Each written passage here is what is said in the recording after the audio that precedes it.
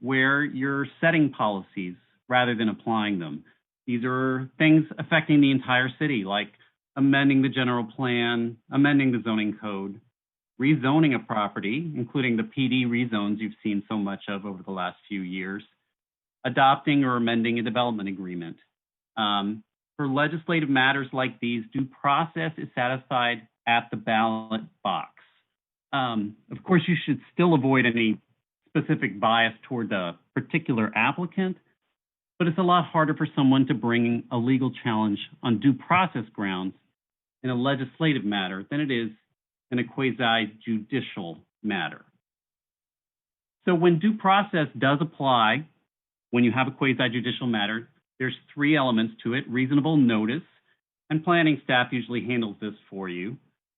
Reasonable opportunity to be heard. That's when you allow a reasonable amount of time for any interested party to speak and submit evidence. And then what we're really talking about here, a hearing before an impartial decision maker. And an impartial decision maker is one who can have pre-existing views on general policy issues. That doesn't create disqualifying bias. It also doesn't require that you simply have no views or opinions at all. You're not supposed to be some tabula rasa without any opinions. Presumably, your views on planning issues are part of the reason you were appointed as planning commissioners. But you can't have a particular bias against a project or a developer. You have a disqualifying bias if there's evidence of specific prejudice against a project or person that's sufficient to impair a decision-making ability to decide the matter on appropriate grounds. And historically, this was kind of a high bar to meet. You know, you had to prove somebody was actually biased. Under more recent cases, you actually only have to establish a probability of bias that's too high to be constitutionally tolerable. Okay, so where's the line between constitutionally intolerable and tolerable? As you would expect, it's not going to be very black and white, but this recent case provides a good example of when a council member simply went too far. And this is Petrovich Development Company versus City of Sacramento. I sent you a memo about it last week. The city attorney asked that I do this brief study session, and I sort of hijacked the meeting by adding this to the agenda at the last minute, so I appreciate the planners accommodating me. Basically, oh, and if any member of the public is curious about it, the memo is on the city's website. It's not a privileged memo. It's simply open to the public. But the facts are pretty simple. A developer was just looking for a conditional use permit for a gas station at a Safeway. The Planning Commission approved the CUP by 8-3. There was a neighborhood nearby, and there was a neighborhood association there called the Sierra Curtis Neighborhood Association, and members of that association appealed the CUP decision to the City Council.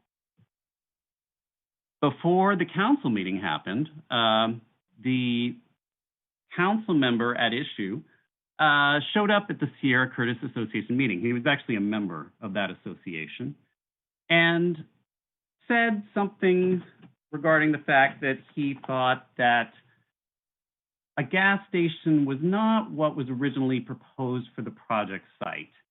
And the association reprinted that statement in their newsletter. But it went a lot further than that. The council member then proceeded to send some talking points to the Homeowners Association president. He also sent those talking points to the mayor. And at the ensuing council meeting, the mayor actually read from those talking points. The council member sent a number of emails to other council members, and through a third party, conveyed to the mayor that he was confident that he had the votes to stop the gas station from going forward. At the public hearing, as I mentioned, the mayor actually read from the talking points that the council member had sent to him. So it was sort of like reading off a script almost.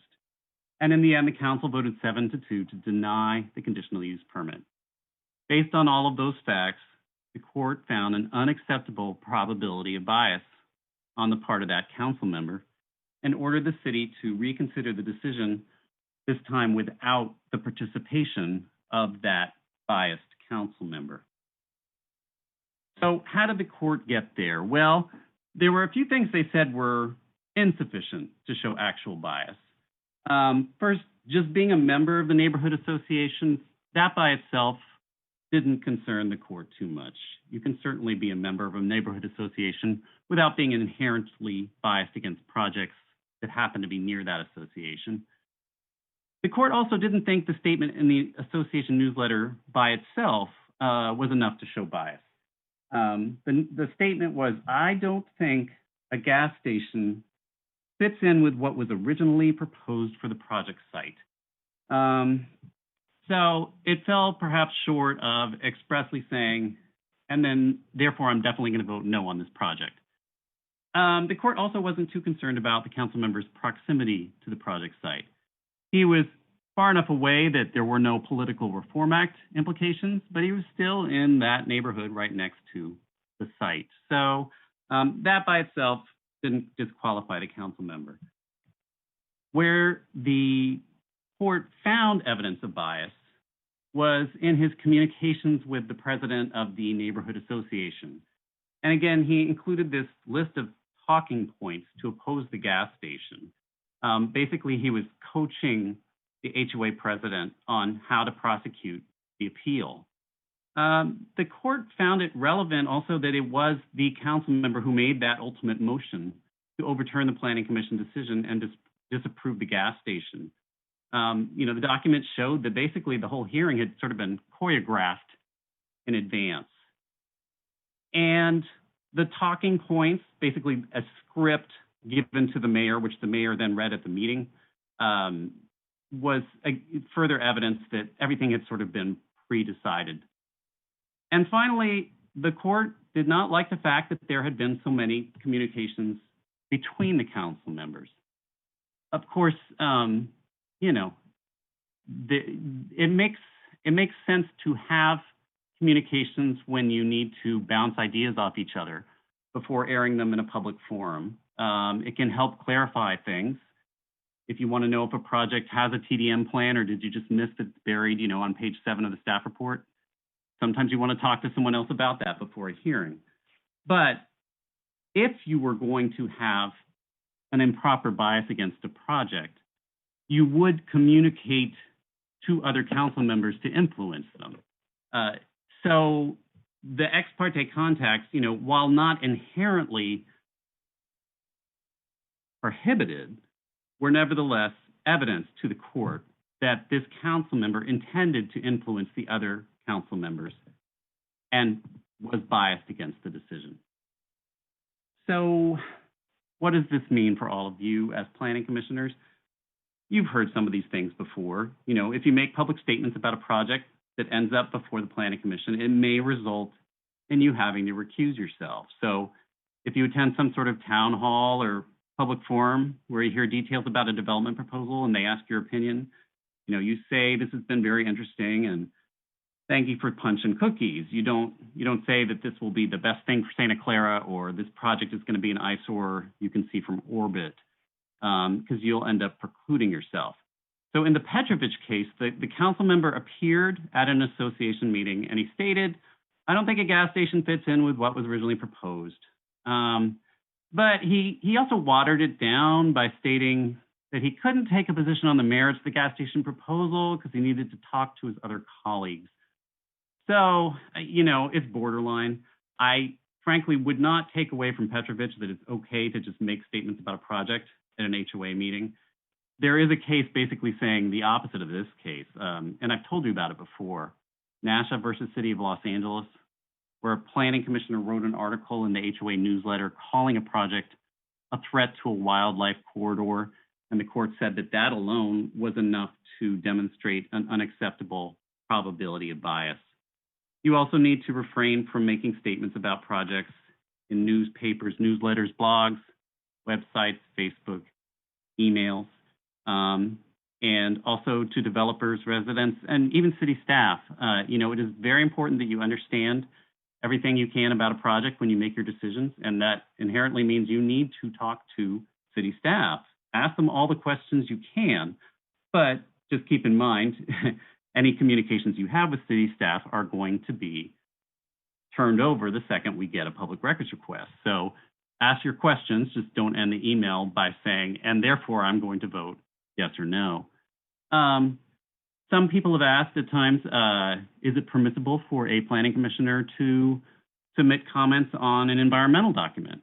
And the answer is yes, you can definitely do that. As the person who has to deal with all the CEQA documents of the city, please believe me when I say I'd rather have your questions about the environmental document weeks in advance of the public hearing than at the public hearing. So it is certainly permissible to submit comments as a member of the public about a CEQA document, but frame them, of course, as questions about, if it's a traffic impact, did you consider the impact of, there's going to be extra traffic at this one intersection because of extended school hours, something like that. Ask questions, but don't lead with, this project's obviously going to cause terrible traffic for the city. What are you thinking? There's a way to ask questions without demonstrating how you're likely to vote. And of course, you need to be careful with statements you make, even at meetings of other city boards, especially if this is something that is prior to your making of a decision. The point of due process is that an applicant is entitled to a fair hearing when he comes before you. So if you make public statements about a project before the public hearing, that can be used as evidence of bias. If there's an HLC hearing before the Planning Commission on a particular project, tread very carefully if you appear at that hearing. I would certainly discourage you from appearing at all, but if you're going to appear, just make sure you're asking questions, not giving any particular indication of how you're likely to vote.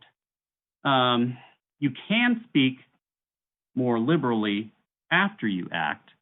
So after the Planning Commission has voted, if you're not going to see a project again, you could theoretically go to the council and comment on it. Just make it clear you're speaking as a member of the public, not as a member of the Planning Commission. But the one caveat to that is, projects do come back. Over the years, a few projects have gone through a ping pong process. It'll go to the council and then they'll refer it back to HLC, and then that gets appealed to the Planning Commission, and suddenly the same project is before you again.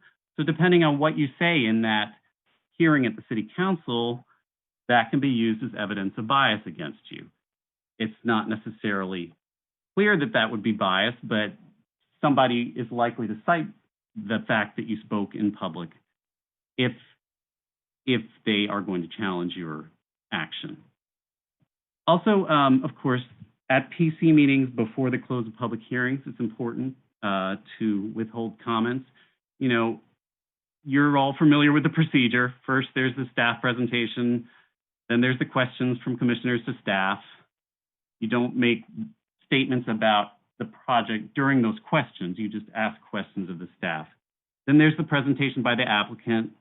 Then the questions for the applicant. And again, you can ask as many questions as you need of the applicant to understand how the project's going to impact the community.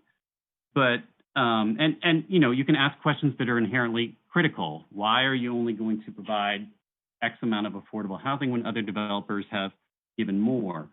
But that, don't say, I'm definitely going to vote no unless you provide more affordable housing.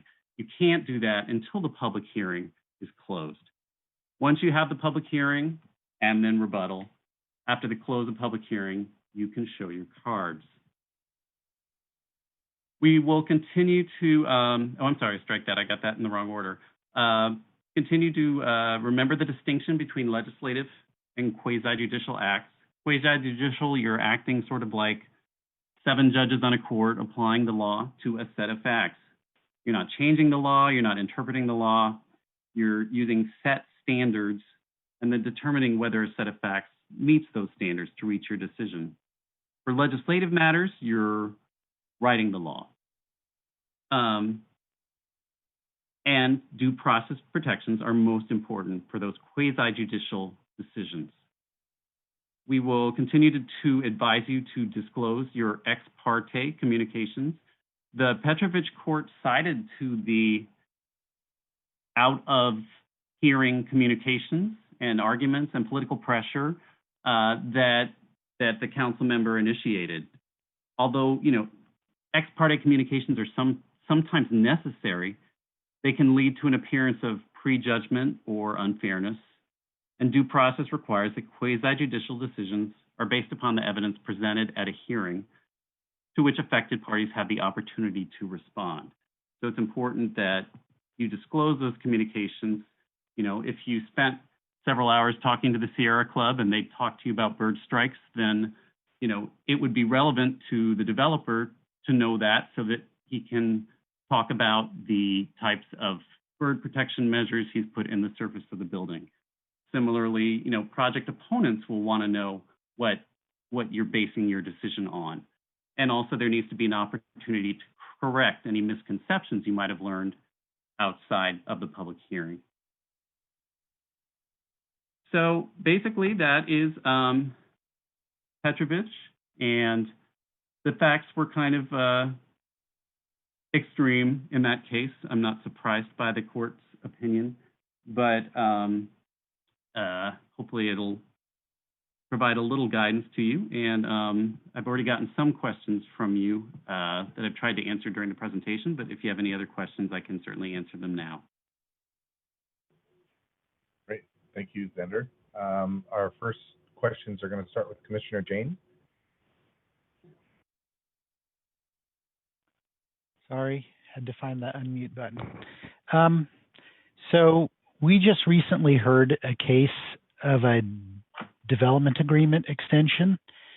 Now I'm curious about where that falls in because it seems like it's a specific applicant. So I would throw that into quasi-judicial, in which case, development agreements fall in that category, and that planning commissioners should not be talking about those with each other in advance. Is that correct? Because what happened was I disclosed that I had talked to 2 fellow commissioners about that project, and we talked about, benefits that, and in fact, Xander, you had mentioned at the council meeting that we could ask for Ferris wheels in development agreements. So we were trying to figure out, how many Ferris wheels and how many roller coasters we wanted. So I guess my question is, where do DAs fall into that category? And what kinds of discussions can planning commissioners have? Yes, well, thank you for citing my favorite analogy. You can ask for Ferris wheels and roller coasters and all the fun rides you want. Because the development agreement, there are no restrictions on what the city can ask for. That's to be contrasted from where you're imposing conditions and exactions that have to be tied to the impact caused by a project. Whether or not to adopt a development agreement by law has to be done by ordinance. Last time you made a recommendation on whether or not to adopt an ordinance to approve the development agreement amendment. The city has no obligation to enter into a development agreement. Neither does the developer. It's completely voluntary on both sides. Developers like it because it locks in development standards so the city can't change them later. It locks in fees. Cities like it because they can ask for their Ferris wheels. Or, more down to earth. The developer can't come back and say, wait a minute, you don't have a nexus or you don't have rough proportionality for that roadway improvement. All we have to say is actually you agreed to it in a development agreement. It's voluntary. It's a policy decision of the city. It's not applying existing policies and facts to a particular, it's not applying existing policies to a fact situation. It is setting policy. And therefore it is a legislative act. So for the Hunter Storm project you're referring to, the due process concerns that I'm talked about in the Petrovich case simply don't come into play.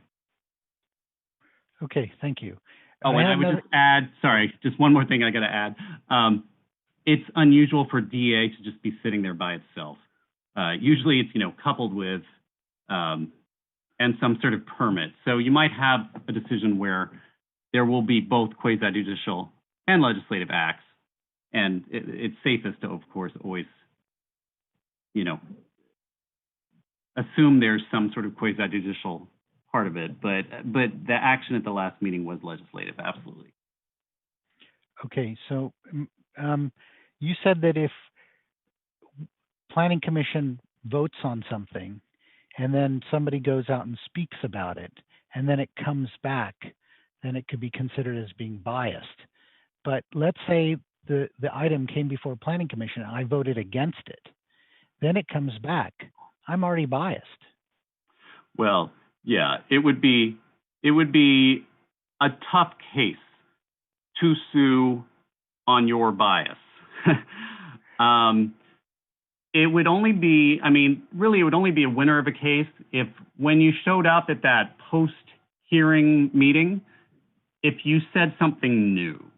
If you said, we didn't talk about parking at all at the Planning Commission hearing when I voted no, but now that I've thought about it, that's another reason I definitely will vote no if it ever comes back to me. I'm just producing, an extreme example, but that's sort of the facts that would have to come out. Something new. If you're just stating what you already stated, then I would agree. There's no new evidence because you've already had your bite at the apple. There's no, if it ends up back at Planning Commission, it's the same planning commissioners, and you've said what you've said. I think it's more of a concern that somebody will challenge, if somebody is going to challenge the city's action on bias grounds, that's one of the things they would point to, the fact that you had spoken at another hearing.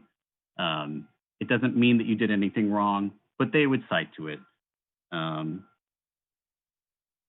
Okay, I have two more questions, but I guess Chair Becker's only giving us three, so I'll take one more bite. If I go to a public presentation on a project, can I ask questions about the traffic impacts of that project? You can. Okay. Again, it's just a question of how carefully you can frame the questions so that they don't show how you're likely to vote. Okay. In any circumstance, I'm convinced that you're all very careful in what you say and do and don't intend to create a situation where we're likely to be sued for bias. But the example I would give is, I used to work for a planning commission where there was a chair who was very careful not to make any comments about a project in public, not to make any comments during any part of the hearing until the very end when the hearing was closed. And at that time, she pulled out 3 pieces of paper. And when she gave her comments, she read from those 3 pieces of paper. And so for months after that, everyone referred to those 3 pieces of paper as her pre-prepared speech. And we're just horrified that she'd obviously been prejudiced and biased and had already made up her mind because she had this pre-prepared speech. People called for her resignation. So those 3 pieces of paper that she read from, those were 3 pages of the general plan of the city. And the decision before the commission was whether or not a project was consistent with the general plan. So it was her job to read the general plan before the meeting. The criticism was ridiculous. But if somebody is opposed to whatever position you take, that is what they will point to, her quote unquote pre-prepared speech. Likewise, if you go and ask questions at a public meeting, I'm confident you will be careful and you will not indicate how you're likely to vote. Nevertheless, if we're sued on bias, someone will cite to the fact that you appeared at that meeting as evidence of bias. Thank you. I yield. Hey, we'll come back to you again, Commissioner Jane, after we go through. But Xander, I'm going to hold you to that. The next development, I want a roller coaster. I'm just kidding. How about 2? 2, yes. a drop zone too. Okay, let's go to Commissioner Cherukuru. Thank you, Chair, and thank you, Xander. This is very helpful. Actually, it goes back to the question that Chair was just bringing up.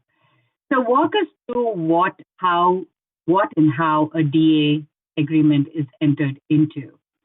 I have always been cautious on the nexus of proportionality as a planner, because we have always treaded in light waters. And just like the case, you never know how Supreme Court will take its decisions, one versus another. There's always something that is different.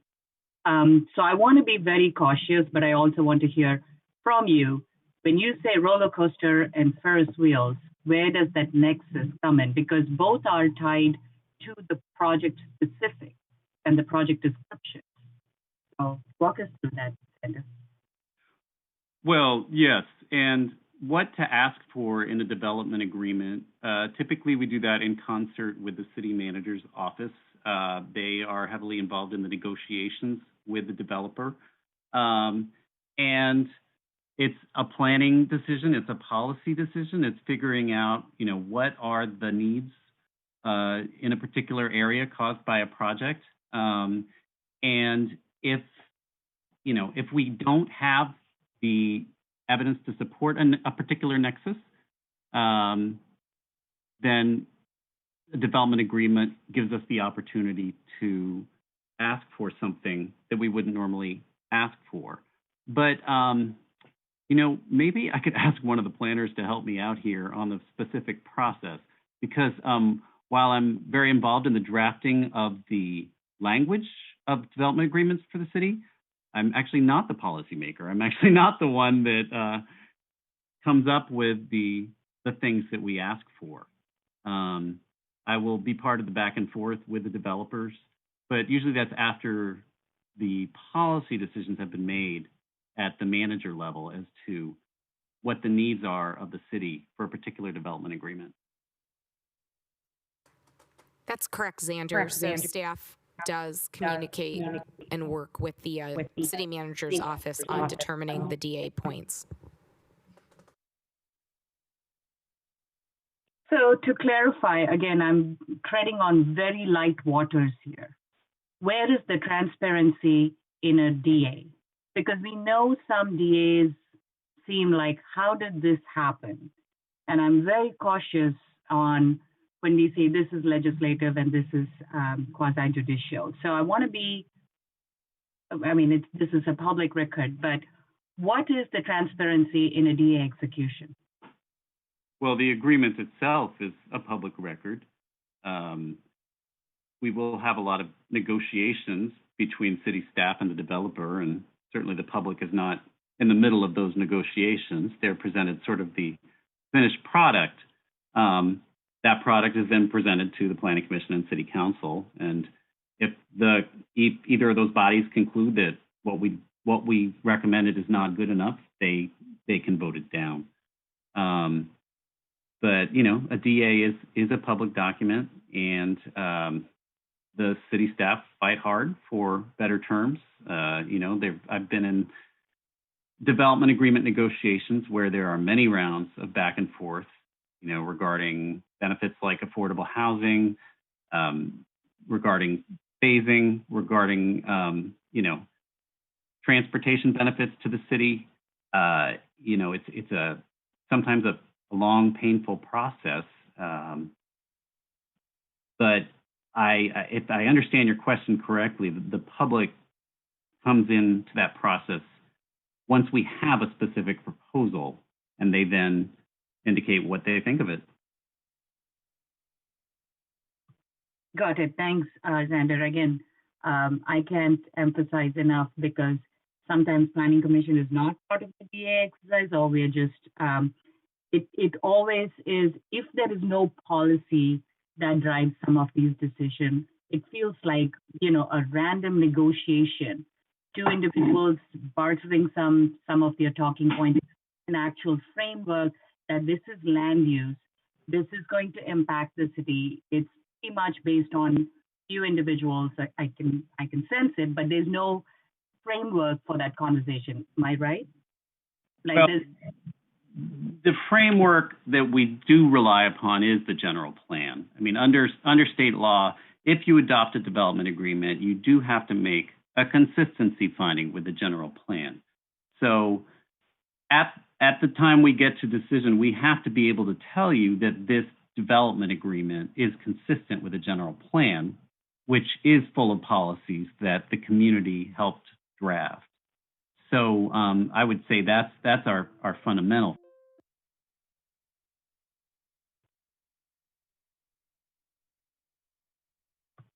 I think we lost Xander. No, I'm still here. Oh, sorry. All I said was, yeah, the general plan's our fundamental framework. Got it. Thank you, Xander. Those were my 3 questions. I yield, Chair. Thank you, Commissioner Cherukuru. Commissioner Ikezi. Thank you, Chair. Couple quick questions. Let's say that the planning commissioner ignores the council's advice and does all these things that could lead to an allegation of bias. But the ultimate decision is made by the council. So how impactful is the planning commission's behavior in court cases? Well, remember, this only applies to quasi-judicial matters, conditional use permits, variances, architectural appeals. On all of those things, you are the final decision maker. So unless there's an appeal to city council, it matters a lot. I see. Now, one caveat to that is, if I was defending a lawsuit that somebody brought against the city alleging bias, you have to be able to show that the bias was determinative. In other words, the vote was 4-3, and it was that 4th vote that really made the difference, and that was the biased person. The city of Sacramento case, unfortunately, the city attorney missed that and failed to raise that point. It was a 7-2 vote in the end. They raised it on appeal, but the court said they should have raised it at the trial court. Yeah, so you are frequently the final decision maker when it comes to quasi-judicial decisions. If it's the city council that decides, then I would agree it's less of a factor. But if you are biased, you are supposed to abstain in all respects. You are not to influence the council either. I guess that's where that lands. Which is leads to my next question. So sometimes after a planning commission hearing, some of the people on the council are my friends, and they ask me, "Hey, what happened to that at that hearing?" And of course, I'll talk about it. But is that appropriate? The devil's in the details, of course. You're welcome to describe what happened. The hearings are all recorded, and if you're relaying exactly what took place at the hearing, I don't see a problem with that. If it's something off the record, I don't know. I'm having trouble envisioning the hypothetical. It doesn't sound like anything would be problematic from what you described. Okay, thank you very much. Are you? Thank you, Commissioner Ikezi.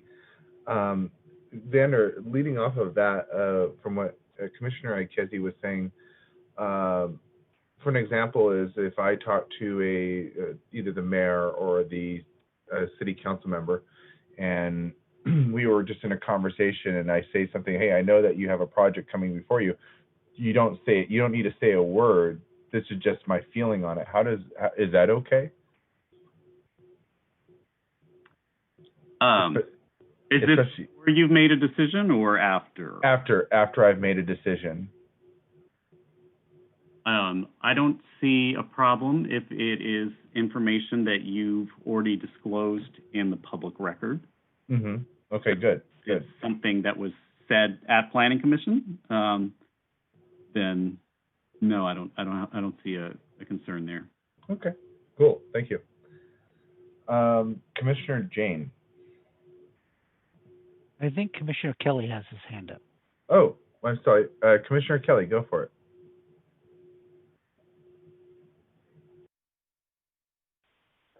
Okay, Xander, Yes. speaking from experience, it is pretty common for planning commissioners or members of the council to speak as members of the public when something affects them. Yes. Now, since I've seen existing council members speak as a member of the public, what are the restrictions when you speak as a member of the public and, get off the dais and come down and speak your viewpoints? Are there any restrictions that affect planning commissioners or council members? Right. You're speaking of the personal interest exception to the Political Reform Act. So it's a little different in the situation we're talking about here, which is we've been talking about bias and due process. And if you are, for some reason, biased against a particular applicant or project, I would recommend you just simply abstain completely. But if we're talking about a Political Reform Act conflict, such as when you're living within 500 feet of a project, there's an exception to the PRA that allows you to speak as a member of the public, and that's called the personal interest exception. That only applies to when you own property within 500 feet of the project that's the subject of a governmental decision, or when the project will affect a business interest that is a business owned solely by you or your family. Outside of that circumstance, if you have a conflict under the Political Reform Act, you're required to leave the dais and leave the chambers entirely and not participate in any manner with any member of the commission or any staff member. You're not supposed to influence them in any way. But for personal interest, you're allowed to sit in the audience and you're allowed to come and speak as a member of the public at the time that the public hearing commences. Beyond that limited speech at the public hearing, you are not supposed to influence city staff or city commissioners or other public officials. So you're not supposed to have off-the-record conversations with the planning commissioners, for instance. Your sole window is that public hearing appearance. And again, that's just for personal interest.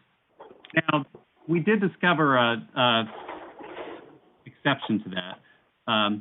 Earlier tonight, I mentioned that if you want to, you can submit comments on an environmental document. And so a few years ago, a planning commissioner had a conflict and wanted to speak as a member of the public, but also wanted to give comments on an environmental document. So to find out whether or not he could submit comments in advance, we wrote a letter to the FPPC. And the FPPC wrote back that that commissioner, Steve Kelly, was allowed to submit comments on the environmental document in advance of the hearing. And I appreciate it because I don't like getting surprise comments at the hearing itself. So so that's the only exception I can think of. You can submit comments. And if there's something that's come in front of us, we don't go speak in front of the council, but we write something, addressing our concerns about a project or what we think should go into the project. Is that less problematic than us going up in front of the council and stating something that we don't think it should go in as it is? Because if it pops back up to us, then it's problematic because we made a statement saying we don't think it should be approved as is. My understanding of the personal interest exception is that you can speak as a member of the public, not that you can submit written comments. I'd be happy to look into that more for you if you'd like, but that I've understood it as a fairly narrow exception to the rule that you can't participate at all once you have a conflict of interest. Okay, because there are times that I've wanted to write to the council after we've, either just passed it on to the council or approved it or denied it, just to give my 2 cents. I haven't, but if we had the luxury of doing something like that, I'd like to know if we have the luxury to write comments. I can look into that and get back to you. Okay, that would be great. Chair Becker and Commissioners, this is Rena Brio. I just wanted to point out that we're almost at 7 o'clock, and we do have a lengthy study session after this with our consultants waiting, and it looks like probably some members of the public wanting to engage on that. So I would encourage everyone to wrap up their comments. Thank you. I'm done with my comments. I have a question. We probably should have rearranged the order of this and had the due process discussion after the presentation. That would have been better. But, you know, I am all for having the study session be as long as possible. We had these issues in the past, and these study sessions have been very valuable to all of us. So I think we just made a miscalculation because originally we weren't going to have this discussion of the due process. Okay, thank you, Commissioner Jane. All right, there's no more comments, so I believe that's the end of that one. That's the end of public comment. Let's go to the public. Sorry, I really got tongue-tied right there. Let's go to public Chair comment. Becker? Yes. Can we leave this open? Is there any way for us to leave this open until after the other item? Is there Xander or Steph? Yes, you can move to continue this till after the other item, and then we'll pick it up once that item is done. Okay. I make the motion to do that. Okay. Second. So we have a motion by Commissioner Ikezi to continue this after the other study session, and there's a second by Commissioner Jane. So let's go ahead and take a vote on that whenever you're ready, Elizabeth. I'm sorry. Can we have the public, if there are members of the public that want to speak on this, can we allow them to speak at this time? You can. Okay. Especially the chair. Okay, so let's do it this way. So we have a motion on the floor to continue this, but before we do that, let's go to the public first to get the public comment so we could close the public hearing, and then we'll go back and discuss this later on. So is there anybody from the public that would like to comment? I would leave the public hearing open. Okay. Okay, so then. There is no one here to speak on the item, and there are no items on e-comment. Okay. No comments on All right. e-comment. All right, so seeing none now, because just wanting to make sure that people won't be sitting around and waiting if they're really desperately wanting to say anything about this item. We'll move this to, we'll just now keep the public hearing, as Commissioner Jane said, we'll keep the public hearing open, but we're going to move this to the end of the meeting after the next study session. So then if anyone does have any comments, they can have time to send in an e-comment or any concerns at that time, and we'll be generous of the time permitted for the next item too. So so we have to take a vote on that to continue it?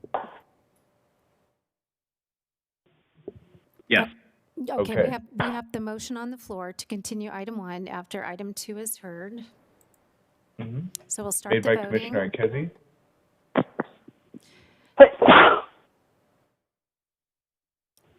Commissioner Cherukuru, Aye. Chair Becker, Yes. Vice Chair Salame, Aye. Commissioner Jane, Yes. Commissioner Ikezi, Aye. Commissioner Kelly. Yes. Thank you.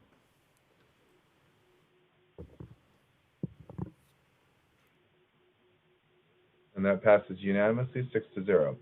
Okay, so we're going to go now into the next study session item. which is the training on the cost of development provided by the Urban Land Institute. So whenever you guys are ready, I know a little bit, so whenever you guys are ready, go ahead and take it away. Chair Becker, this is Rena Brio. I just wanted to provide a very quick launching pad. So this is a training for the Planning Commission on really the understanding of the cost of development. And we have 3 presenters who are members of the Urban Land Institute, Libby Seifel, Andrew Hadusich, and Jane Lindenthal. And they all have significant professional accomplishments in their own right, and they will introduce themselves with their presentation. However, I just wanted to note for everyone that these presenters are presenting remotely and are not all in one spot. So they're going to be sharing their screen with us and presenting in that manner. So Libby or Drew or Jan, I don't know which of you wants to take the screen share first, but you are able to at this point. Okay, good evening. This is Drew Hudasic, the voice that you may be hearing. Are you hearing my voice? Let me just Yes, ask we that. are. And so will we, as remote users, will we be visible on screen personally through the webcam or just through our voice? Just through your voice. Okay, great. Well, again, my name is Drew Hudasic. By day, I work with Saris Regis Group, or a local private development company that is active throughout Santa Clara County and San Mateo County and elsewhere. And as we go through the slides, there'll be a slide on each of the presenters, so I'll let Jan and Libby introduce themselves in just a moment. But I believe Libby has control of the screen, so I'll be asking her to advance the slides for the moment. So next slide, please, Libby. Great. And so tonight we've been asked to present to you somewhat of a real estate 101 or finance 101 and some of the basics of real estate development. So we were planning for 3 hours. We have Q&A built into the presentation, but you're welcome to interrupt us to the extent that it works through Zoom and ask clarifying questions along the way. I'm sure there'll be a few challenges as we don't always have a pointer or the ability to pass back and forth as easily as we would in person, but wanted to certainly say thank you for having us. We have the chance to go to cities all the time and talk to staffs or elected officials or appointed officials. And really our belief at the Urban Land Institute, which has a number of missions, one of which is education, is that when public officials and policymakers are educated about the development process, it makes for a better discussion for everybody. So tonight we're going to quickly introduce ULI. Libby and I will go through the key development and concepts phase. Jan Lindenthal will cover the affordable housing. Libby and I will come back for a focus on the fees, and then we'll finish any Q&A that hasn't happened through the presentation.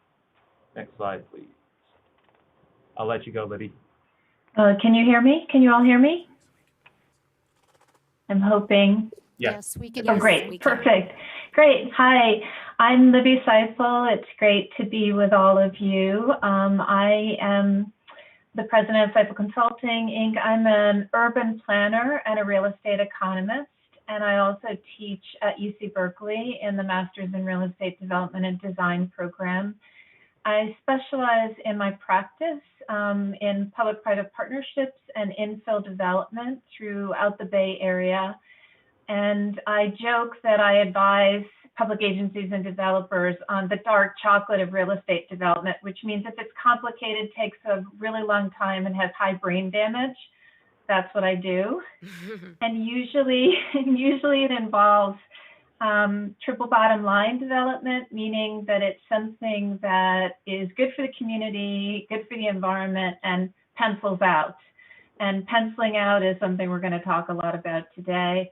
I'm originally from the East Coast, from Boston, but have lived now in California more than half my life, so consider myself to be almost a Californian. And when I was in Boston, I was the founder of a nonprofit development company that built mixed income housing in Boston South End near Copley Place, if any of you know that. along with Drew, I'm very active in ULI, and I'm actually the chair of the Housing the Bay Steering Committee. And I just want to do some shameless promotion, which is to say that our summit is coming up on September 15th, and you will get information about that. And we would love to have planning commissioners and city council persons and staff from Santa Clara join us there. I'm also active with SPUR and MPH and the American Planning Association. And maybe last, certainly not least, I live in San Francisco, though I did spend a decade living in the South Bay. And I live in a really pretty spot up in the top of San Francisco, almost to Twin Peaks. So I joke that it's one of the best places to live and walk to if you like to climb hills, because anytime we go to a great restaurant, we always have to climb back up home. So that's my introduction. Thank you. Great.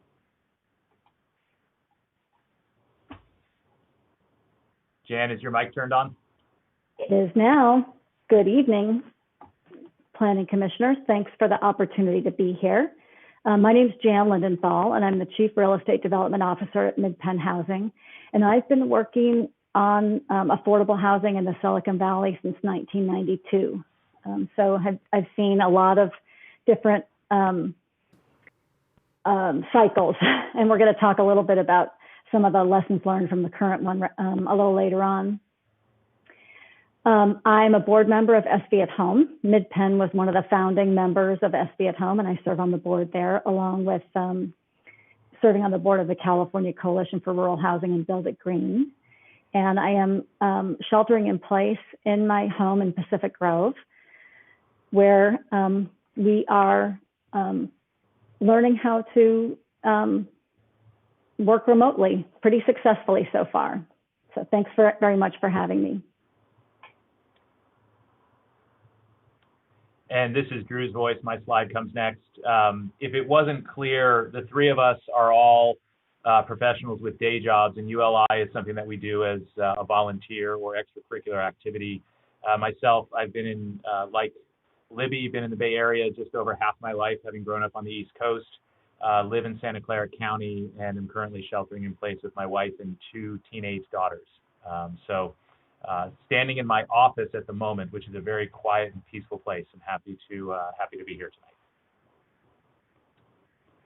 So ULI, very quickly, the Urban Land Institute, and I am currently the San Francisco Bay Area District Chair. The primary mission of ULI is to provide leadership in the responsible use of land.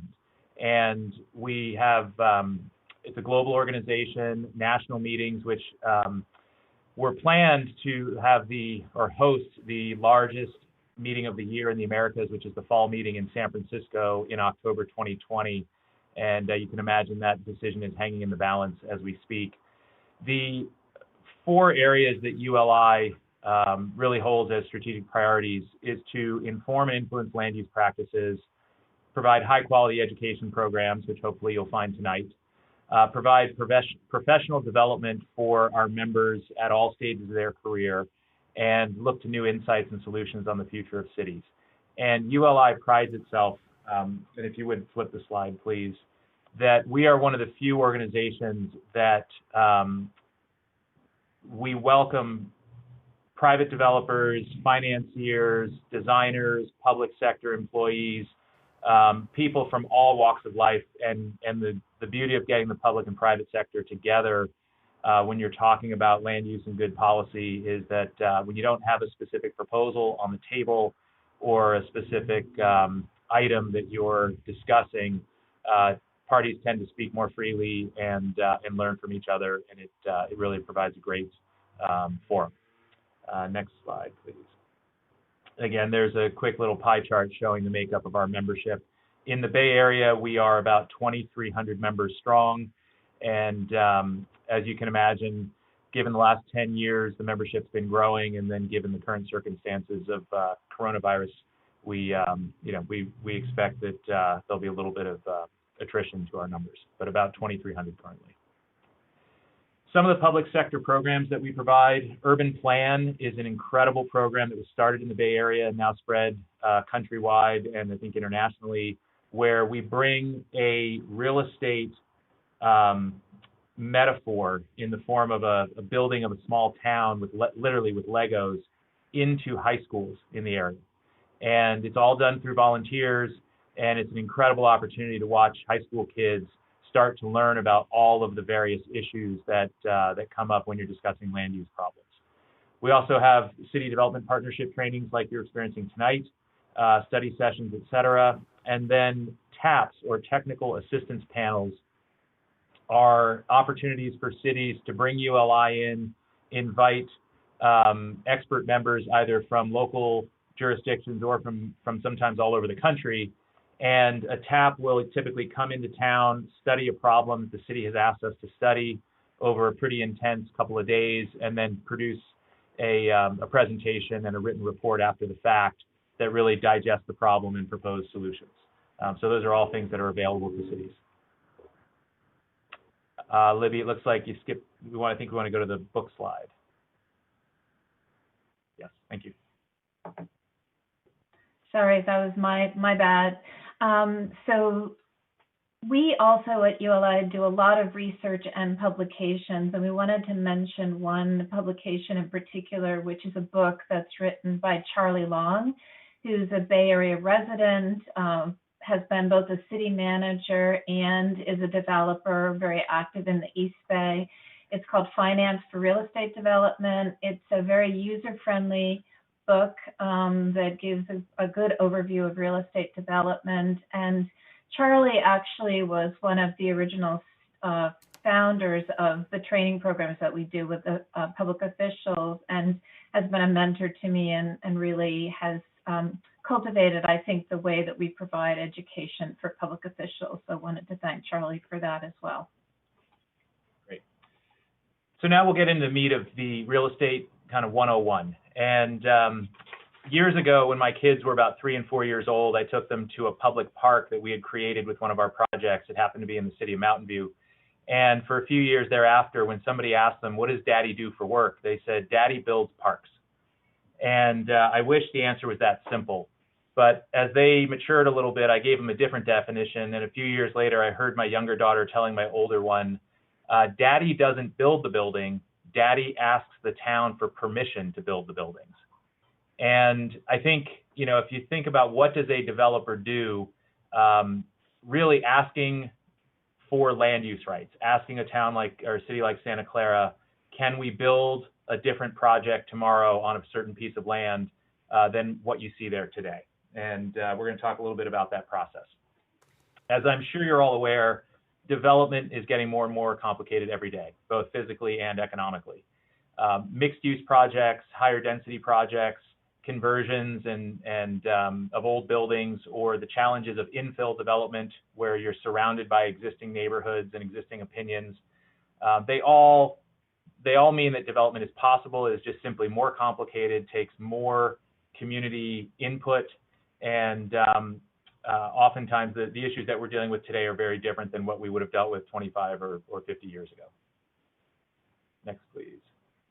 Again, more public outreach, all the concerns. We are very aware that in Santa Clara, one, for instance, is something like the El Camino corridor, where there were much talk about intensification, and then as the intensification comes to fruition, oftentimes people, even with the best intentions and plenty of community vetting before things are built, a lot of the members of the public, will be surprised or when they see the physical manifestation of a project that's been approved. And, those are just the kinds of things that we have to work through every day and make sure that we're communicating as best as we can so that nobody is surprised. So when people ask the question, what is land worth? And we'll get into this a little bit deeper in the presentation tonight. Land in California in particular is, it's worth, land has a set of associated rights, and the value of the land is tied to those rights. And the most simple example is if you have a wide open piece of land, but it has an easement across it for the public to walk through it, you can't build anything on that land unless it's a public use. And but if you had the right to build an office building or an apartment building and it was in the right place for that, it would have a very different value. So it's the rights associated with the land that create the value. Sorry, let me go ahead. Who are the other players in the process? Well, developers are like producers. We, in the movie metaphor, we bring together the directors, the writers, the actors, et cetera, the financing, and you see the names of all those players here on the slide. And it's a multidisciplinary field. It is a profession where you do not have to know everything about everything, but you have to know a little bit about every aspect of development. And so many times developers are described as jack of all trades, maybe master of none, but that is what it takes to understand all these different players and processes. So Libby, were you going to take this one? Sorry, let me unmute.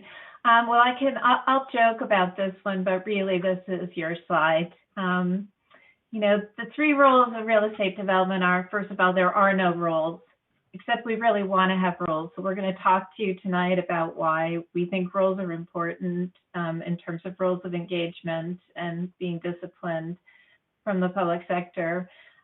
You have no rights, and as Drew's just pointed out, you know, really those rights are conferred by a public agency. So in the class that I teach, I'm always saying that, you know, every real estate development in California, and maybe you'd argue in the world, is a public-private partnership, because the public always has something to say about what's going to happen on a piece of property.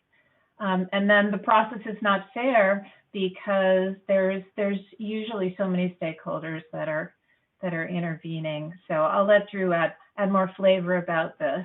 Sure, and you know, this is obviously a little tongue-in-cheek, but Jan, Libby, and I all teach in various either educational institutions or in forums like tonight. And this slide was actually created, an architect who's very prominent in San Francisco came up with these 3 rules decades ago. And his point was, if as a developer or as an applicant, if you accept these 3 rules, your blood pressure will stay down, your sanity will stay in check. And it's not that it's meant to be taken literally, but that development, especially in California, is governed by anybody and everybody. It's a democracy, and all the voices matter, and all of the public process that we go through hopefully ultimately leads to better projects in the end. But as I'm sure you have all experienced, it can be a very winding path. So when we talk about risk and return, you know, developers are taking risk from the moment they conceive of a project. And entitlements, the environmental condition of soils, construction costs, financing, markets, et cetera.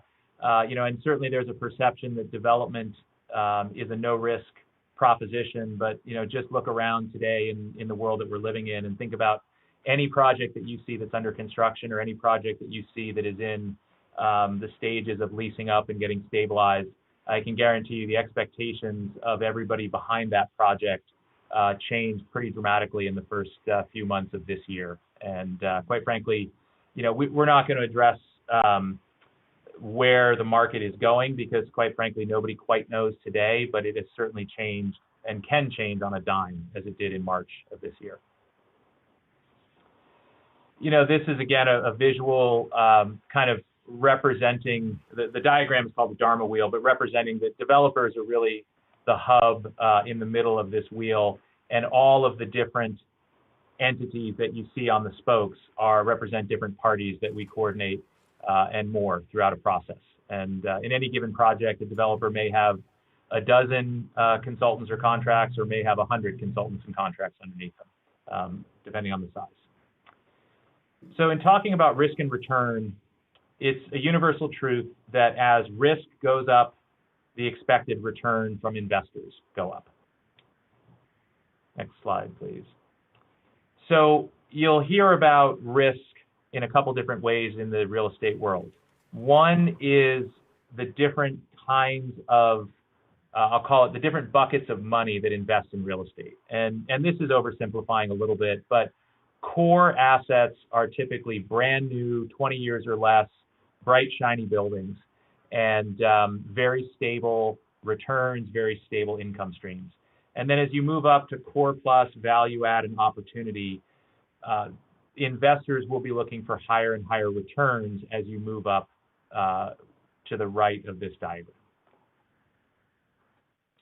Similarly, I call these the food groups, but different types of real estate buildings. And again, a little bit of an oversimplification, but the order of these food groups has been pretty well established over time. And actually, in the current day, as we're experiencing the coronavirus crisis, industrial and multifamily apartments are generally holding up well or fairly well. Office is somewhere in the middle. And then I'm sure you are all aware from headlines in the newspapers and elsewhere that retail and particularly hospitality are absolutely decimated at the moment. Hospitality properties are closed all over the place. And in some cases, hospitality properties are collecting, less than 5% of the revenue that they would have been otherwise. So this is Libby. I'm going to stay on this slide for just a minute to add on to what Drew said, because it's going to tie into the next slide, which is these properties that we're looking at here, industrial, apartment, office, retail, and hospitality, we refer to these as income producing properties. That is, they generate revenues on an annual basis. The investment community looks at them from the standpoint of what kind of revenue they generate. We're going to talk about that more in a minute. And that factors into the value of these properties. So they're revenue producing on an annual basis over a long period of time. Land speculation is an exception to that, but land speculation is about being able to generate income producing property at the other end. So the way that when we're looking at real estate, and we're looking in particular at income producing real estate, there is an appraisal process or evaluation process that goes on through that, the evaluation of whether or not to move forward with a project, or whether or not to, meaning to develop a project, or whether or not to acquire a project, how much you pay for that opportunity to acquire a piece of land or the building or whatever it is you want to develop, or whether you're valuing an income generating property that is already in place that you want to hold for another number of years. And so an appraiser will be retained to value a property, and they'll typically use one of three approaches, though sometimes one of these approaches may not work in the particular circumstance that they're in. The first one is the income approach, and they'll look at that stream of income over time, and they will, in essence, either discount that income, or they will capitalize that income, as we're going to talk about in a minute, to determine what the value is of the property. Alongside of that, appraisers often look at comparables. That is, what is another piece of property that would be comparable? So if it's an apartment property, what other apartment properties in Santa Clara are comparable to the one that they're valuing? Are they about the same size? Are they about the same vintage or age? Do they have the same characteristics of mix of units or, type of design, et cetera? And they try to come up with as close a comparable as possible. And then they often make adjustments on those comparables where they're not quite exactly comparable. And then last but certainly not least, and this happens in the insurance business a lot, is replacement cost. So if this building that you're valuing needed to be replaced, what would it cost to replace? And those are the three basic appraisal methods that are used. We're going to spend most of our time today talking about the income approach. Related to this is when an appraiser is looking at a piece of property, or when a developer is looking at a piece of property in terms of what is its potential value for development once it's entitled, once it has land use approvals on it. There is often an analysis done, which is a residual land value analysis. And what that does is it looks at the future value, the projected value of that property, often using appraisal methodologies. And then it says, okay, what are the costs that would be required to get that value? And those costs include construction costs, et cetera, but they also include some factor in for return and risk, as we'll talk about more this evening. And if you take the difference between that future value and the projected development cost, you get the residual land value. That's the amount remaining that you could afford to pay for land, that remaining value. And we're going to talk about that more as we go through the presentation. And Libby, yes, so sorry, I'll go back. Sorry. No, if I could just ask, Rena, I see in the chat that there are some questions or comments about how will we ask questions along the way. Do you want to let planning commissioners ask questions now or through the chat function? I would suggest, as they have questions, maybe to raise their hand, and then Libby and Drew and Jan, maybe you between slides, before you switch slides, we can just see if there's a question that needs to be addressed before you move to the next slide. We can alert you to that. I'll monitor whether hands are raised. Okay, I did see one question in the chat about retail and retail vacancies and what's coming. And I will tell you just, none of us know for sure. Nobody has a perfect crystal ball. But yes, the retail industry has been very much impacted by what's going on with shelter in place. And it is anticipated. There are, across the country, retail landlords will tell you that they're collecting about 25% of rents that they would normally be collecting. Some of them are national chains. Many of them, as you can imagine, are smaller mom and pop shops that just quite frankly don't have a lot of reserves. And we do expect that retail is going to be very much changed over the next couple of years as we first work our way out of what we're living through right now and then reestablish what the new normal is. Thank you. And I think I'll just clarify too that if individuals want to send questions to the chat, we can also, which someone just did, I think Tom MacArthur just sent a question to the panelists. So then we can address them as well. Great, thank you. Yes. Great.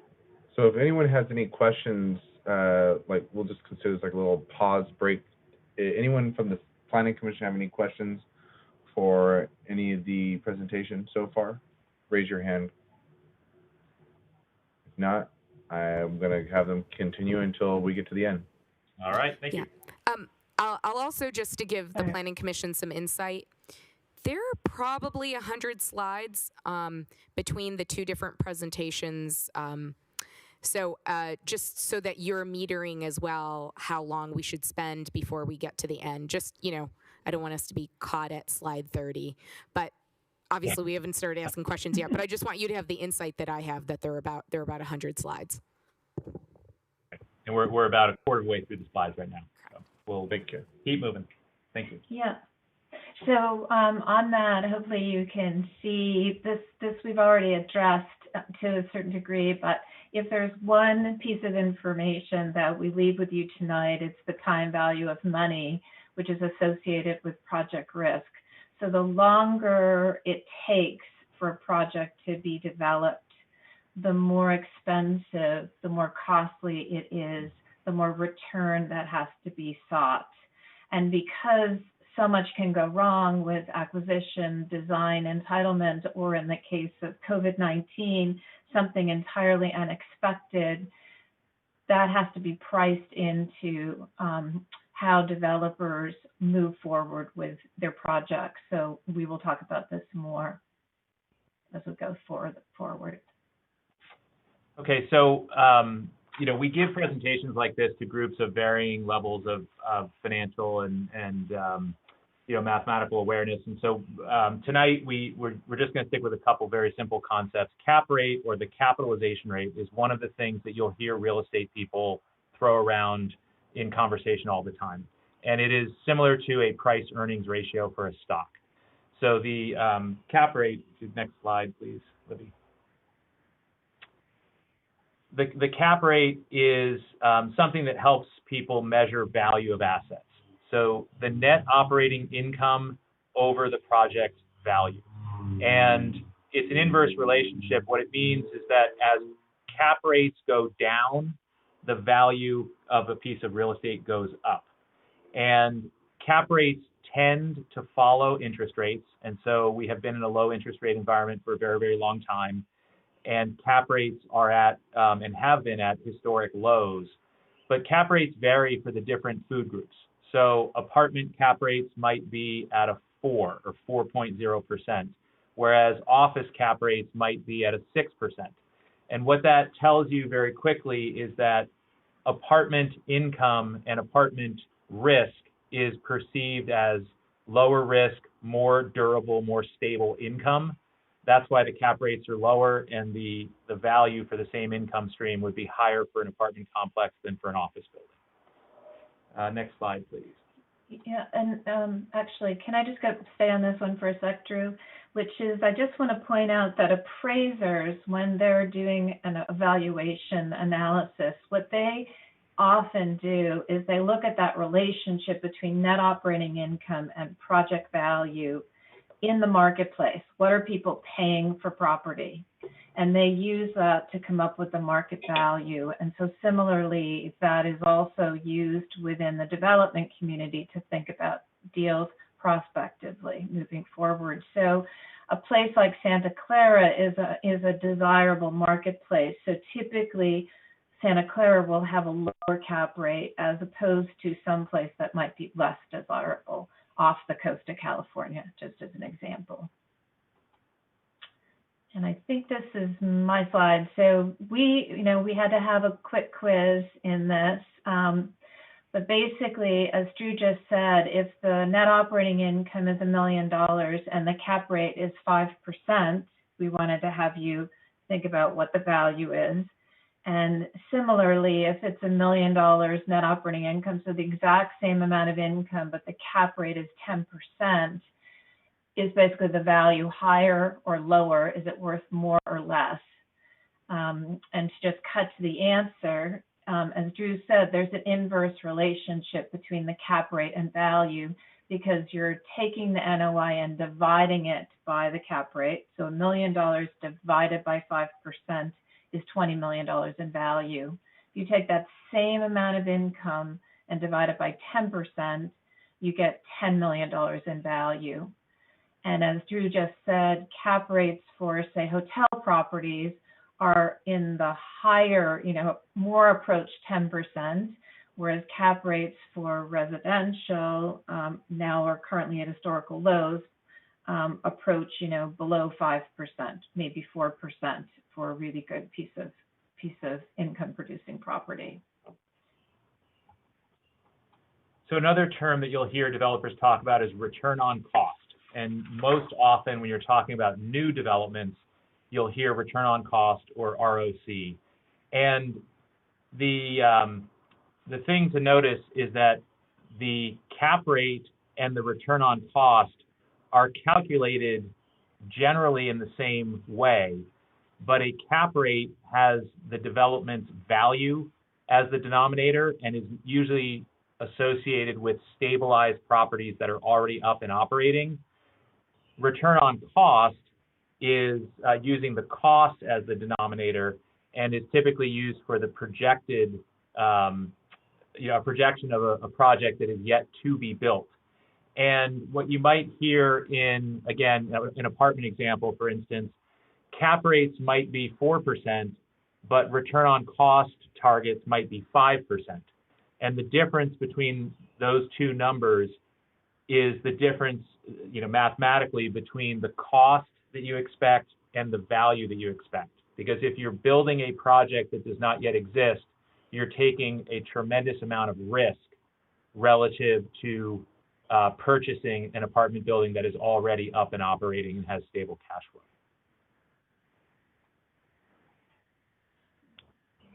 And I'll take a moment. I see one question about industrial cap rates. It says, where in the region are we seeing a comeback of industrial? So I think two different questions. Industrial cap rates are... just quickly, I see that one of our commissioners has her hand raised. So maybe before we get, maybe we could, Commissioner Cherukuru, I believe you have a question. Yeah, that was my question that he just read. So okay. Thank you. Great. Sure. So industrial properties tend to be perceived as very stable and very durable. So industrial cap rates tend to be the lowest or close to the lowest of any asset type. If the question is where in our region will we see a comeback, are you asking about a comeback of financial performance, or where will we see new industrial created? Yeah, so this has been, again, my observation, and I could be wrong, that industrial industries, when you say light manufacturing, heavy manufacturing, I haven't seen a trend in that sector. Now, what do you consider as industrial? So industrial is typically the movement of goods. So when I think about the Port of Oakland, the Port of San Francisco, and you think about the cargo containers that come off those ships, those cargo containers get broken down into smaller and smaller, I'll call it smaller and smaller loads until they are maybe an Amazon package that gets delivered to your porch. So you'll often see nearest those big facilities, or maybe coming out of the Central Valley off of freight lines and trains, you'll see very large industrial buildings where, huge containers are broken down into smaller, to fit in a semi.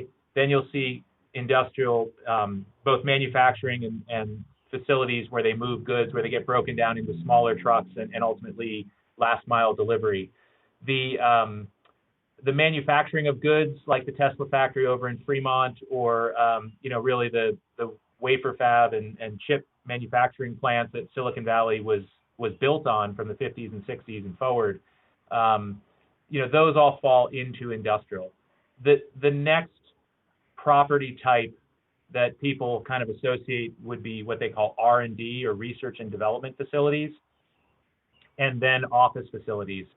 And when you ask the big brokerage firms, what's the difference between R&D versus office? It's actually quite interesting. Different brokerage firms break those definitions down differently. So if you're ever being asked, or if you're in a conversation about, R&D buildings, you might want to ask, well, how tall are those buildings? Is that limited to 2-story buildings or 5-story buildings? Does it include general office space, or does it just include, warehouse and manufacturing or lab space? But there is quite a variety of definitions in there, and it can be very confusing. Yeah, and I think sometimes different brokerage firms and actually different communities can use different definitions of the percentage of office to industrial or warehouse space or manufacturing space. So it can be a ratio or relationship of that percentage that's also in place. And obviously in Santa Clara, with your own energy source, effectively, Santa Clara obviously has a tremendous number of data centers, and a lot of times data centers will get lobbed into either industrial or R&D statistics. Thank you. Right. You read my question on the data centers, so thanks for that. Sure. So trends BC before COVID. Obviously COVID's kind of tossed everything up in the air, but as I mentioned, since the great financial crisis, interest rates have been at historic lows, cap rates have been at historic lows, which obviously drives the values to historic highs. Construction costs have effectively been increasing from 2010 to 2020 and showed no signs of slowing down until the COVID crisis. And in most sectors, rents, although there's a lot of headlines about rents growing to the sky, rents had really in most asset classes either peaked or were peaking as we came into 2020. And one of the points we want to make as we look at a development example in a few minutes is that vertical development typically happens when developers have a blue sky outlook of the future. And so even a plateau makes it very difficult for new development to happen. And we do expect going forward from the COVID crisis that the throughput of development will change drastically in this year, 21, 22, unless there is some very quick pivot in the economy. And their capital partners are going to have the same viewpoint. So, pension funds are a major source of capital for real estate development. And so as they get more nervous about what the future looks like, then they may deploy less capital in real estate and deploy capital into another alternative investments, though, they may see the stock market as being even more iffy. So, it's always a tension of how the capital markets are looking at real estate moving forward. Real estate competes for money just like every other investment class today. So we're going to move into development feasibility to speak to you in general about how we kind of look at development feasibility. Some might say this is a kind of back of the envelope approach to development feasibility, but all developers use some combination of a static return, which is what we're talking about when we think about return on cost, which is what does a project look like when it's fully occupied and up and running, and we do that return on cost calculation.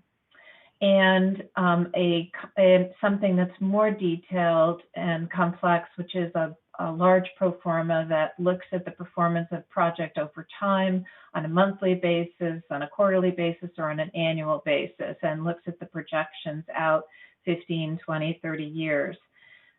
Whenever you do projection math, when you do pro forma projection math, there's lots of variables that can affect that. So typically, capital partners like pension funds are going to want you to do an analysis that looks both at a point in time, like we're going to show you tonight, sort of back of the envelope math, and what it's going to look like over time if you were to project out the income under a series of variables. So in that point in time development feasibility analysis, the first thing that everybody is looking at is what are the project costs?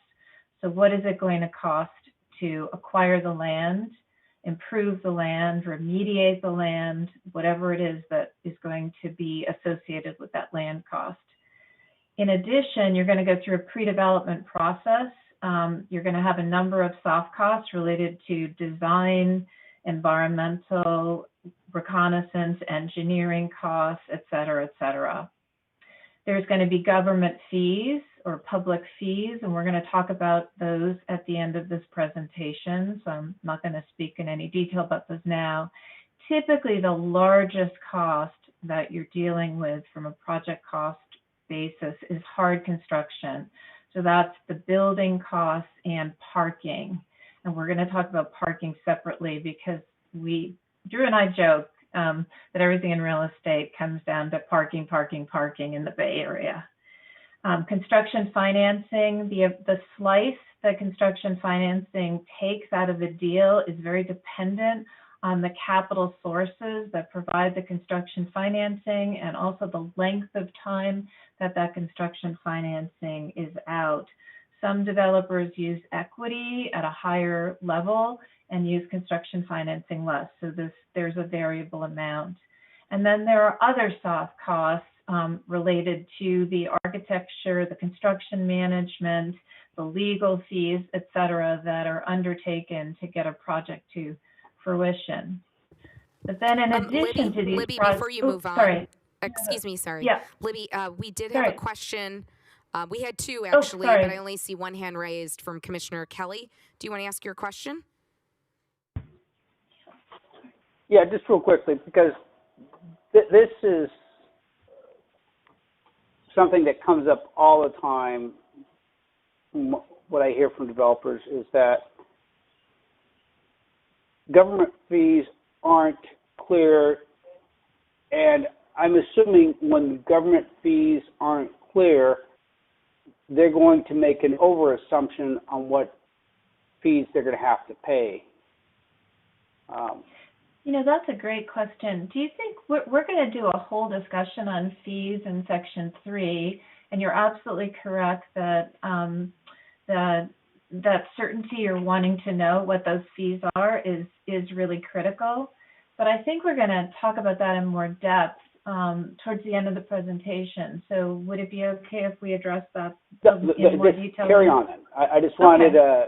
No, that's great. It's a great question. But you're absolutely correct, and not just fee uncertainty, but any uncertainty is going to be met with contingency and conservative assumptions as developers look forward. So, we joke that just like parenting, the more consistency and the more certainty that you can give to developers, the more certainty they can have in their projections, and they can tighten up their pro formas, so to speak. That actually segues great into this margin return. So, profit, which is the difference between project value and project cost, that profit or return has to be sufficient to cover the risk associated with the project. And it also has to deal with the fact that, as we're going to talk about, Murphy's Law happens. What can go wrong will go wrong. And so you have to account for that in the margin of return that you associate with a particular project. And each developer and each capital partner is going to have to assess this risk and return equation for themselves. But there are going to be metrics that are typically used by the industry that will be applied to each project. So as we were talking about earlier on the capitalization rate, if you think of the project value for an income producing property as being based on the capitalized net operating income, basically. So the capitalization of net operating income equals the project value. So in other words, in that $1 million example, if we had a 5% cap rate, you would have $20 million in value here.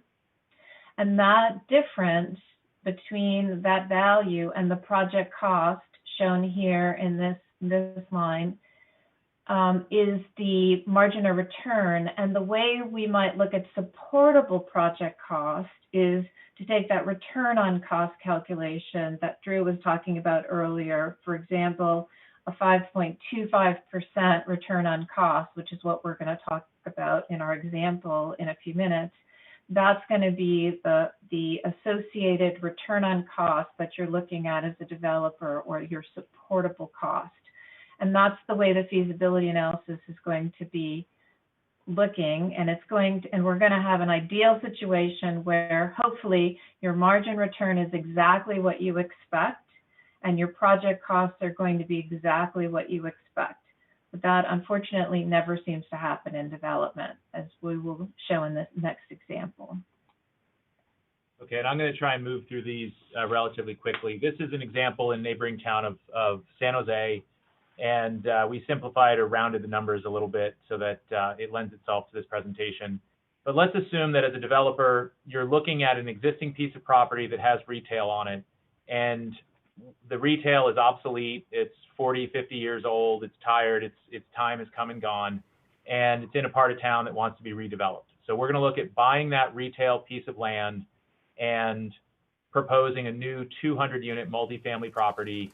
We're going to start by looking at it with 10% on-site affordability, and we're going to play with that BMR assumption and some of the other assumptions as we go forward. So the existing property generates $357,500 of annual NOI. Why do we pick such a screwy value? Because at a 6.5 cap rate, that shows a land value of $5.5 million. And when we ask the question, what would the seller be willing to sell this piece of property for? It depends on the terms. If I offer to buy that piece of land on a 30-day escrow, 30-day close, I can probably buy it for $5.5 million. But typically as a developer, we'll approach that owner and say, I would like to option your land. And then I'd like to go to the city of Santa Clara and ask them for the right to build an apartment project. And if I'm granted that right, I will close. And if I'm not granted that right, then you'll get to keep an option payment as compensation.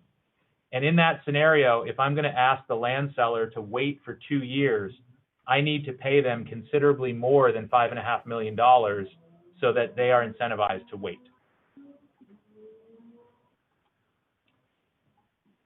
So again, these are some of the assumptions for the apartment complex, and these are about what's going on in today's world. The market rent at just under $4 a foot is probably a little bit high for the moment, but we're assuming 380 parking spaces, and this project is assumed to include 8,000 feet of retail in the ground floor. And we're going to talk about what that retail does as well. So again, in a typical stack, this is just a metaphor for all of the different things that we have to account for as far as hard costs, government fees. The land at the very bottom is the last thing that we solve for. So this is called a land residual analysis.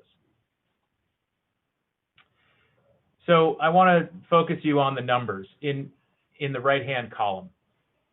I'm going to project that when we build this apartment complex, it's going to generate Drew, I'm sorry to interrupt you while you're in the middle. I see a question from Commissioner Jane.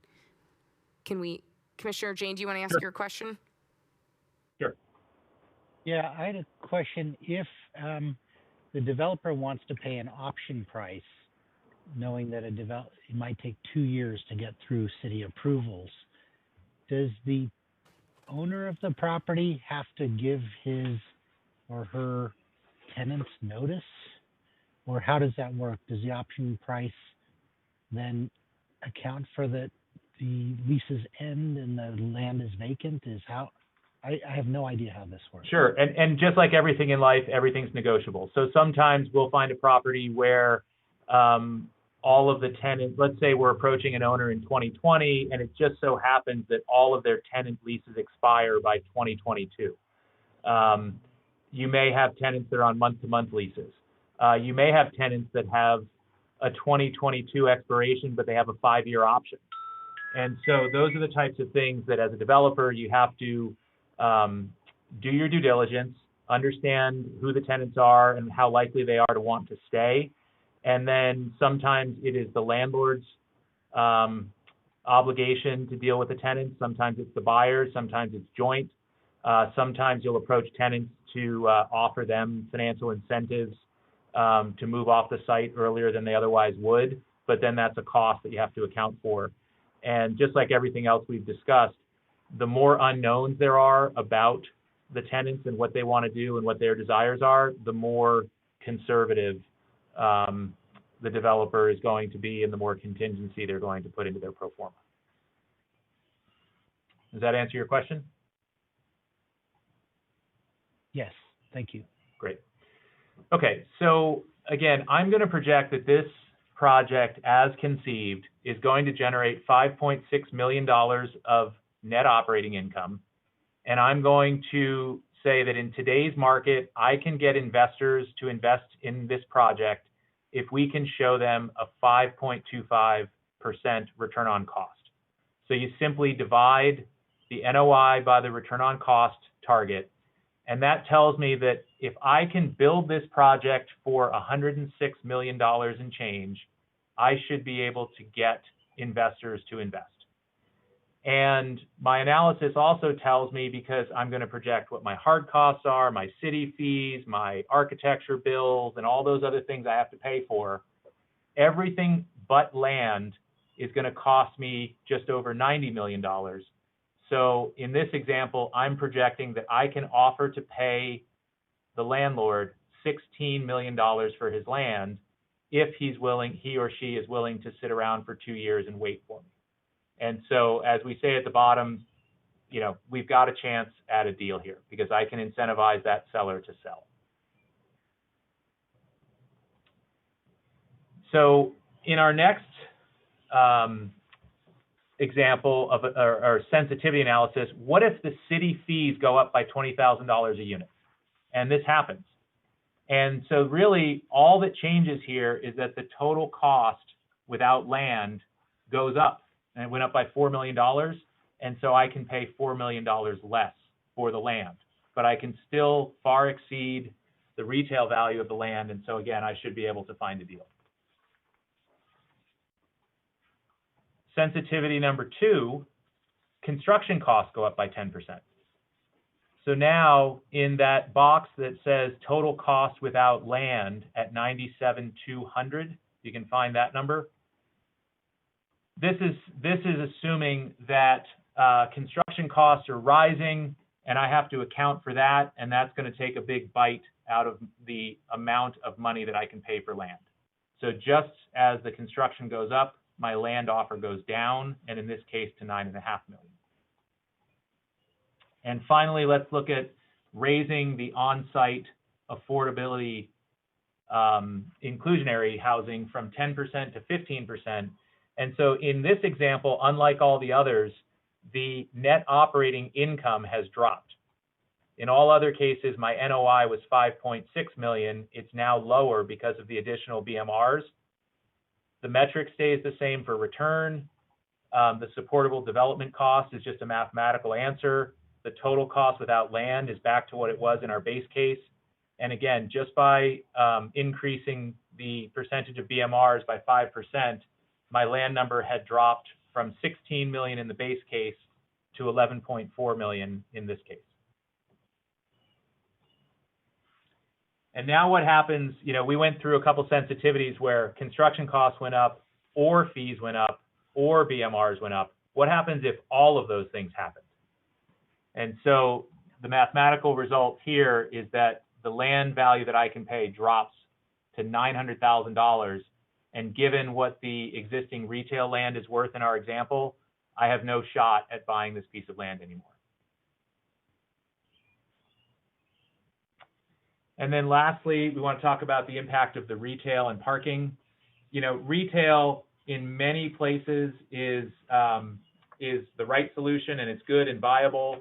We have seen in the Bay Area many cases where retail is asked for, where it is not necessarily a natural place for retail, but it's seen as an amenity for the residential.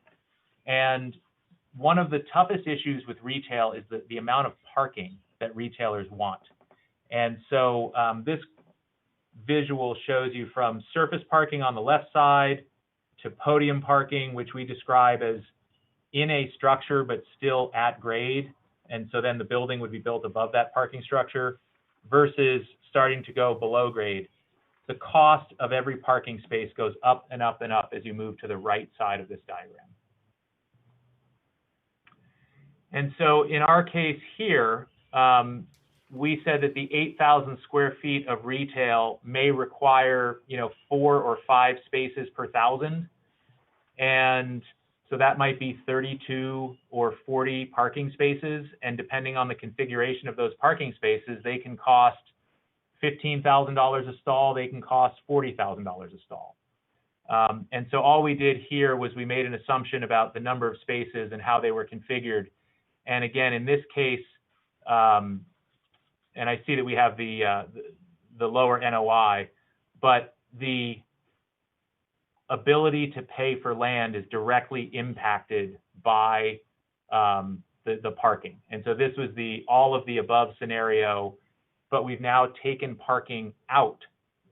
And so this example is meant to show that creative decisions like removing the parking requirement for retail can save or can be very financially impactful. So this is actually compared to the $900,000 land value. You take the parking away and the land price goes up by $5.1 million to $6 million. And again, it creates the opportunity for a deal where there wasn't one before. And just to add on to what Drew was saying, because of parking can vary so much, whether it's above grade, whether it's below grade, whether it's surface parking. So the cost impact is very different. And sometimes when you have a project with retail, or oftentimes you have to provide parking for the retail in addition to the residential. And if that causes you to have to go below grade, particularly if the water table is high, like is the case in Santa Clara on many properties, then that dramatically increases the cost of parking. So one of the goals developers have is to try to manage the parking within a building envelope, preferably above grade or at surface, and not have to go too far down below grade, which is much more expensive and less predictable. And so again, this is just a review of our sensitivities, showing the base case, each of the, what if you add fees, what if construction goes up, what if you add more BMRs. All the above is the red case where we don't have a deal anymore, and then the creative solution of reducing the retail parking, which again gives us a land residual that makes a deal. And that just summarizes it. basically.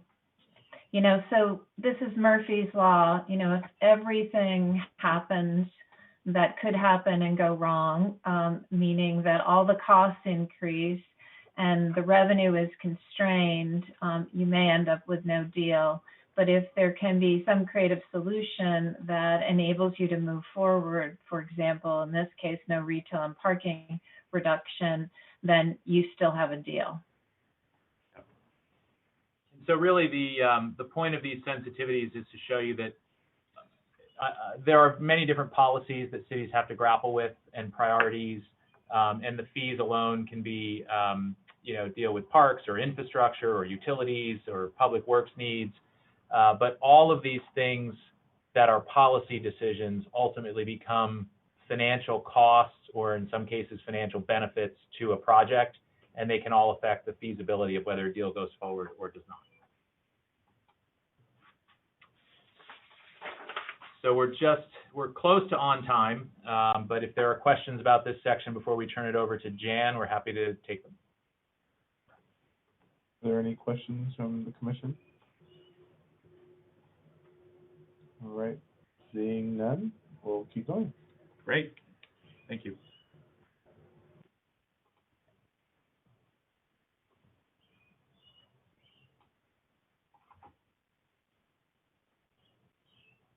Jan, I turned it over to you, so great.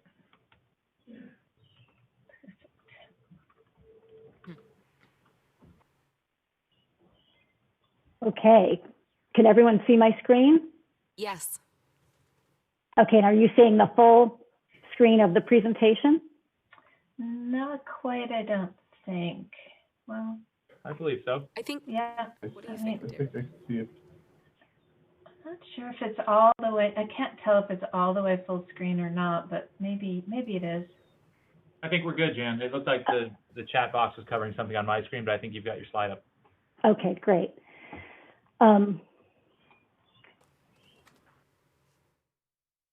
Wonderful. So as I mentioned earlier, I have been working on affordable housing in the Silicon Valley since 1992. So I've spent a lot of time at community meetings talking to folks about what affordable housing is and what it isn't. And oftentimes, the impression, the image that people have in their mind when they come to a community meeting is the image on the left, where they are images of kind of the worst example of public housing that you can ever imagine. And they're coming to the meeting with that image already in mind. And this is Pruitt-Igoe, developed in St. Louis. It was demolished in 1971. And overall, even though those buildings are quite tall, the overall density was only 54 dwelling units to the acre, which is actually a little lower density than the project on the right, which is a 60-unit family community that was constructed in 2015. So when you can show people that it's not so much that density can be done in a way that actually is beautiful and is livable and complements a community, you can begin to make some headway in addressing some of the concerns that people come to often to affordable housing with. And we start by educating folks about what it takes to develop really great and successful affordable housing, which is we start with the right location. We look for sites that the city's already designated in their housing element for affordable housing, sites that are zoned for multifamily density. We also pay a lot of attention to design and really look for a lot of what didn't work about Pruitt-Igoe had to do with the way that that project was designed in such a manner that it didn't provide space for on-site services. It didn't create spaces for residents to gather and to create community. We also look for sites that are close to amenities. They're near jobs, near schools, near parks. And again, something that in the traditional public housing back in the 50s, 60s, and 70s was typically built literally on the other side of the tracks and not near any of those things. Affordable housing and the way it's financed today is also mixed income. So rather than serving a predominant number of the non-working poor, as public housing often did, affordable housing today serves a range of households with a range of incomes, up to 80% of the area median income, which in Santa Clara County is quite high. In addition to that, and this is sometimes seen as both a plus and a minus, a resident in affordable housing only has to income qualify if it's tax credit financed at the time that they move in. After that, their income can go up and they are not required to move. And so what that means is over time, the community becomes much more economically integrated than it was initially. And then finally, we're planning for the long term in affordable housing. We're underwriting, assuming that we are going to need money to reinvest in replacing roofs and repainting the building and repairing landscaping. And that we also are planning for what we need to be able to operate the property with the right staffing. And again, these are all things that weren't included in the original public housing communities that then fell into such disrepair. So who are some of the people who develop affordable housing? Well, there are nonprofit housing development organizations. There are also faith-based organizations founded by churches. There are neighborhood-based community development corporations, and also for-profit developers who build affordable housing. And many of these developers not only do the development, but they provide other services as well to the affordable housing community, including property management, on-site resident services, and some even also do economic development by providing job-generating uses as part of the affordable housing. And who lives in affordable housing? This is something that I'm sure all of you have been exposed to, but affordable housing is serving the people who work in our community, the people who don't make enough money to afford a market rate apartment, but are working essential jobs in our community. And this is an illustration of that gap. So you can see that the median, the income required to afford the median 2-bedroom rent in Silicon Valley, and then what the incomes are if you're extremely low income, very low income, or low income. So even at the low income level, there's still a huge gap between what you can afford or what your income is and what you would need to afford that average 2-bedroom rent. And this is part of what contributes to that gap is scarcity. So in the Bay Area, we are adding many more jobs than we are housing. And again, this is a dynamic that I'm sure is not new to all of you. And the impact of that is that we have people working in our community who cannot afford to live here. And that is something that we all pay the price of. And this is some data from the Census Bureau, and it's a website called On the Map. So if you're ever interested in looking at commute data for a particular jurisdiction or even a census tract, it's fascinating and it's free online. It's On the Map. So in the city of Santa Clara, this was 2017 data, there are 107,000 jobs. 90% of the people who work in those jobs do not live in the city of Santa Clara. So that gives you a sense of the kind of in-commuting that's happening into the city of Santa Clara. 27% of those workers are commuting more than 25 miles to work. And 25% earn less than $40,000 a year. So that, in a nutshell, describes the affordable housing gap that we're seeing in our communities. And in the city of Santa Clara, a city that has good policies to promote affordable housing, it's still very difficult to produce housing at the income levels that are needed. So you can see the regional housing needs allocation and then the number of homes that have actually been able to be built at the different income levels. And of course, what the market produces on its own is the above moderate income units. So why doesn't the market produce affordable housing? And I mean, the reason that we see dynamics like you all see in your RHNA numbers is because it doesn't pencil. I mean, if it was financially feasible through all the metrics that Drew just walked you through to produce affordable housing, then the market would do so, but it's not. And the reason is because the costs to develop are essentially the same, sometimes even higher. as compared to market rate housing. And the reason that costs might be higher is because we're paying prevailing wages as required by the state programs. Sometimes community groups ask us to make modifications to our design that may increase costs. So our costs are the same or even higher than market rate housing, but the rents that we're charging are significantly lower. So whereas a market rate developer can support a significant portion of their development costs through their first mortgage, we are not able to.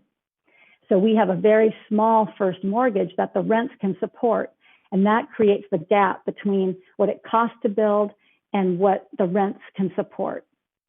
And so the primary way that we bridge that gap is through the equity generated from the sale of low-income housing tax credits.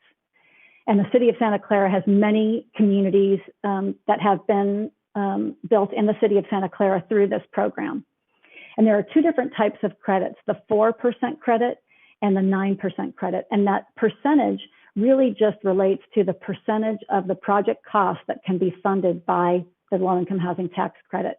The 4% credit is essentially over the counter, and the 9% credit is intensely competitive. And just to illustrate that point, in the state of California, the credits are allocated by the California Tax Credit Allocation Committee. And these are federal credits allocated by state agencies like the one I just mentioned here in California. And these agencies are required to adopt a plan for how they're going to allocate the credits. So in California, the state said, we want to see that these credits are allocated geographically throughout the state. So each county or group of counties gets a portion of these credits. And in the case of the Silicon Valley, which is Santa Clara and San Mateo County combined for tax credit allocation purposes, there are only enough 9% credits allocated each year to fund about 140 affordable homes. And that's total per year. So that's one or two projects at the most that the 9% credit can fund. And the challenge with the 4% credit is that you're getting fewer credits, and so you're getting less equity when you sell those credits to an investor. And that just means that you need more other sources to be able to cover the total costs. And so this is an illustration of what the capital stack looks like in a typical affordable housing project. So as I mentioned, with a 9% credit, you're getting a much larger piece of your project funded through the tax credit. So in this case, about 60% of the total development cost is funded by the equity generated from those tax credits. So we as a developer apply to the state for an allocation of credits, and then we sell those credits to an investor who purchases them and pays us equity up front. And in exchange, they become basically like a silent owner in the project for 15 years. And they're able to not only benefit from the tax credits, but also from the losses generated from the project. So in this example, about 60% of the total development cost is funded by the tax credits, and only 11% is the first mortgage. So the other components here, about 28% or so, is a combination of public sources. So it might be some city money that might come from a housing impact fee program, funding from the county. In Santa Clara County, it might be Measure A, and other public funds, which could be some state funding or other sources like that. In the 4% program, you can see that the amount of tax credit equity is about half of what you can get under the 9% program, but it's more readily available. We can typically in a 4% program, our rents are a bit higher, so we can support a larger loan, but we still need more local funding to make up that gap. And so this is an oversimplified version of all the sources of funds that we need to leverage to build an affordable housing project. And in actuality, this is more like what our typical capital stack looks like, where the tax credit equity and the first mortgage are about the same, but those public sources are not one city source, one county source, one other source, but sometimes we're patching together multiple sources that the city might have, perhaps some home funding combined with some housing fee dollars, combined with some funding from the county from a source or two. And so we're layering in all of these different financing sources in order to be able to raise all the money that we need to be able to finance the project. And I've often said that there are two hurdles that we have to overcome in building affordable housing. The first is to get that community acceptance and those public approvals of our project. And the second is to get the financing. And I would say in today's world, where there's much more recognition on the part of the public of the need for affordable housing, the much more significant hurdle that we have is the financing because of the complexity that I'm showing here. And so I referenced that in the case of the city of Santa Clara, you have a couple of programs that can help fill that portion of the gap that comes from the city, whether it's through your inclusionary housing program or through housing fees. And now I'm going to walk you through a case study of a project that we're working on in downtown San Mateo. And it's an interesting case study, I think, because it involves the redevelopment of existing surface parking lots. Because in truth, the days of open vacant sites that haven't been developed before, particularly in Silicon Valley, are over. And what we're looking at is repurposing existing properties for affordable housing. So in this case, these are two parking lots that are owned by the city of San Mateo. And the vision that the city had was to redevelop these parking lots to create a mixed use, mixed income community, locate the affordable homes near transit. This is the Caltrain that runs right along the project site here, if you can see my cursor moving. They also wanted to expand the public parking. So by converting these surface parking lots to a housing development, they wanted to add public parking. And the city also wanted to provide housing for public workers like city employees, police, teachers, people like that. Of course, the location is phenomenal, right in downtown San Mateo, near a big city park and lots of amenities. So it was a great location right from the beginning in terms of meeting all the criteria that we're looking for. And our site plan included building a standalone parking garage on one of the lots that would replace not only the public parking, but also would provide the residential parking and then the housing on a residential block. And this was a very cost-effective way to both maximize the number of affordable homes that we could provide while building the parking in a cost-efficient way.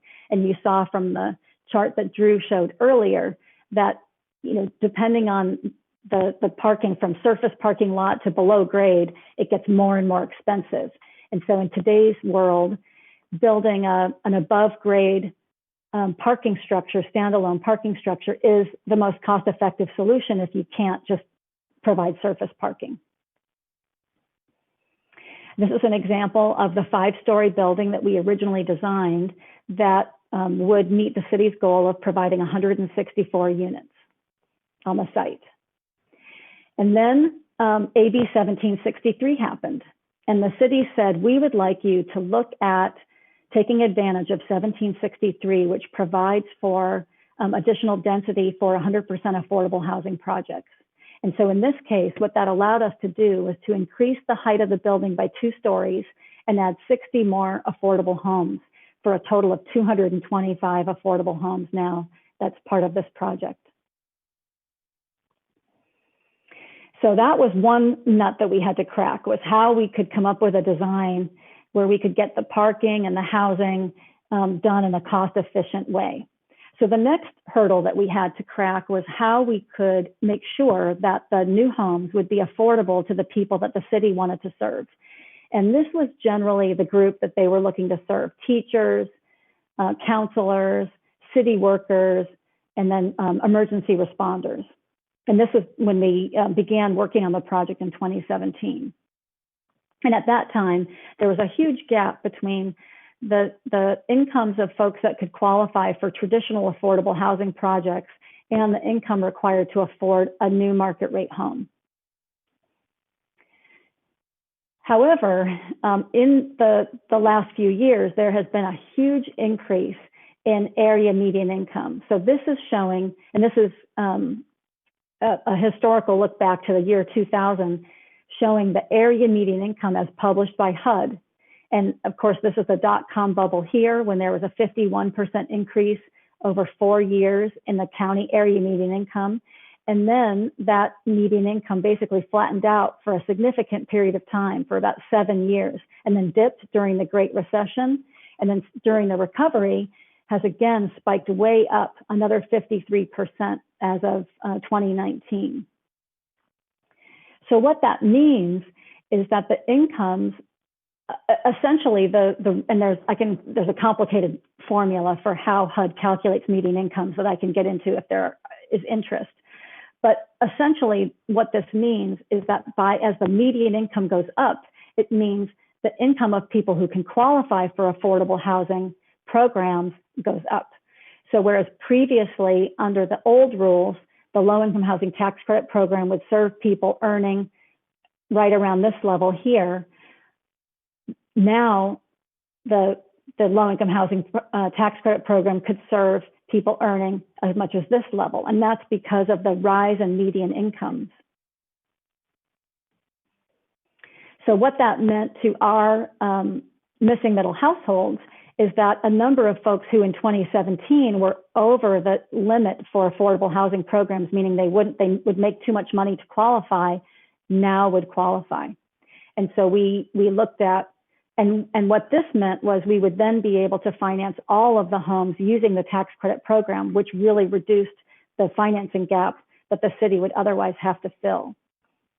So whereas originally we were concerned that people like firefighters and HR workers and planners wouldn't be able to qualify for the tax credit program, they now could. And so that was a huge step to making this project feasible. So overall, as I mentioned, we have 225 affordable homes here. This is the range of rents that will be offered. And then this is how the homes set aside for the public employees are being dispersed, so that there's a range of unit types at each size for those public employees. And you can see that we have studios, 1 bedrooms, and a significant number of 2 and 3 bedroom apartments, which was a priority for the city to serve families in their downtown area. This is a snapshot of our sources and uses of funds. So it's about a $153 million project. And in this case, because we're planning to finance this using the 4% tax credit, we're financing about 25% of the project through our first mortgage. And then there's a small portion of the units that will receive Section 8 rental assistance through the County Housing Authority, and that allows us to support some additional debt. And the rest comes from, as I said earlier, city and county funds and tax credit equity.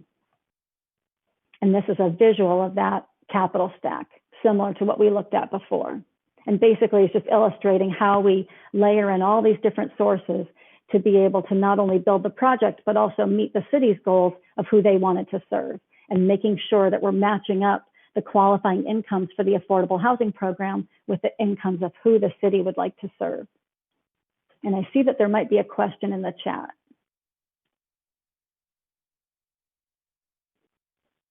Okay. No, that was that was a prior one. That was just a comment right there for you. Okay, great. So where we are now in terms of challenges and opportunities for affordable housing. So pre-COVID-19, I would say that I was very optimistic. There was so much public awareness of the crisis, as you all know, as planning commissioners. We have a pro-housing state governor. There's been a tremendous amount of opportunity for regulatory reform, things such as AB 1763, AB 2162, that allow expedited processing for affordable housing. There's also new financing programs. So through the passage of Props 1 and 2 in 2018, there's $6 billion at the state that can be made available for affordable housing. However, the governor came into office without having a fully staffed state housing agency.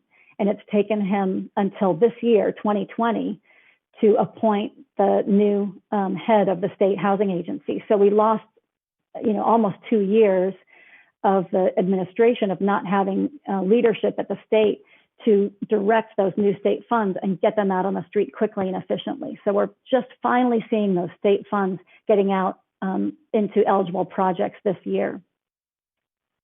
And as we said before, there's so much demand for affordable housing, and cities have been working so hard to approve projects that there's quite a lot of projects seeking the financing that's available. And so we're seeing a lot of competition, both for the tax-exempt bonds, which go along with the 4% tax credit program, and the cap and trade program at the state, which is the program that provides funding from businesses who are purchasing carbon offset credits, and a portion of those go to building affordable housing near transit. So what we're seeing in the I shouldn't say post-COVID-19, but in the COVID-19 world is that the need for affordable housing is more acute than ever. So in Santa Clara County, and many of you probably heard about this, there was an $11 million rental assistance fund. That money was gone in 3 days, and there are 4,500 people on that waiting list for assistance. For our own residents for Mid-Penn housing, we're seeing tremendous requests for food assistance. So our residents, for the most part, are paying their rent or paying what they can, but they need assistance with food. So thank goodness for the Second Harvest Food Bank, and they are providing regular food deliveries that we then package up and deliver to our residents. To the extent that some of the stimulus money that has, or that the CARES Act money that has gone in to support people on unemployment goes away or isn't continued after the end of July, we're looking at a huge impact on the affordable housing sector if our residents are no longer able to pay their rent, which has been estimated to be as much as $1.5 billion in this year. There have, as you know, have been some statewide orders that will protect tenants from eviction and rent increases, which is a really good thing. And we have the potential for future stimulus funds. So, we think that although these are very, very difficult times for affordable housing, the need has never been greater. There are resources at the state. There are approved projects lining up to get that funding. And we just need to align ourselves to be able to really expedite the production of affordable homes. And with that, I'm happy to answer any questions that you may have. Okay, any questions from the commission? Go ahead and raise your hand now.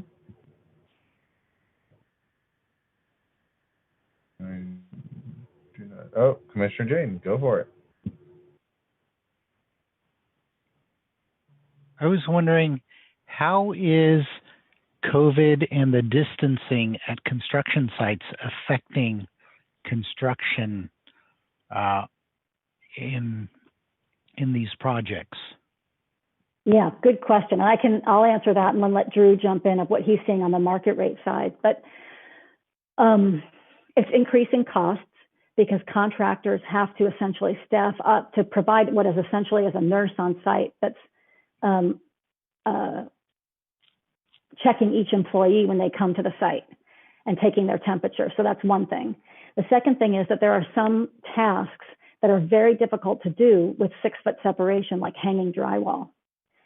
And so there's workarounds that contractors are doing to try to basically on a case-by-case basis or project-by-project basis, phase the work such that they can make sure that they can maintain that 6-foot separation. But it's been very, very challenging. And all the contractors that we're working with have had to adapt very creatively in the moment to be able to keep jobs moving. And it means that not as many workers can be on the site at the same time, not as many subs can be on the site at the same time. And then when an inspector's on site inspecting a project, basically all the workers have to stand down or be off site so that the inspector can go through the building safely as well. And Drew, you might have something to add to that. Yeah, this is Drew. I'll say we're experiencing everything that Jan just said. From a numbers standpoint, we've heard different subcontractors estimate anywhere from 10 to 25% productivity loss because of social distancing and the way it affects certain tasks that they can accomplish on site. We have seen projects where anywhere from 2 to a half a dozen people are being added to the project specifically for policing and monitoring, as workers enter the site in the morning, and as they go about their days.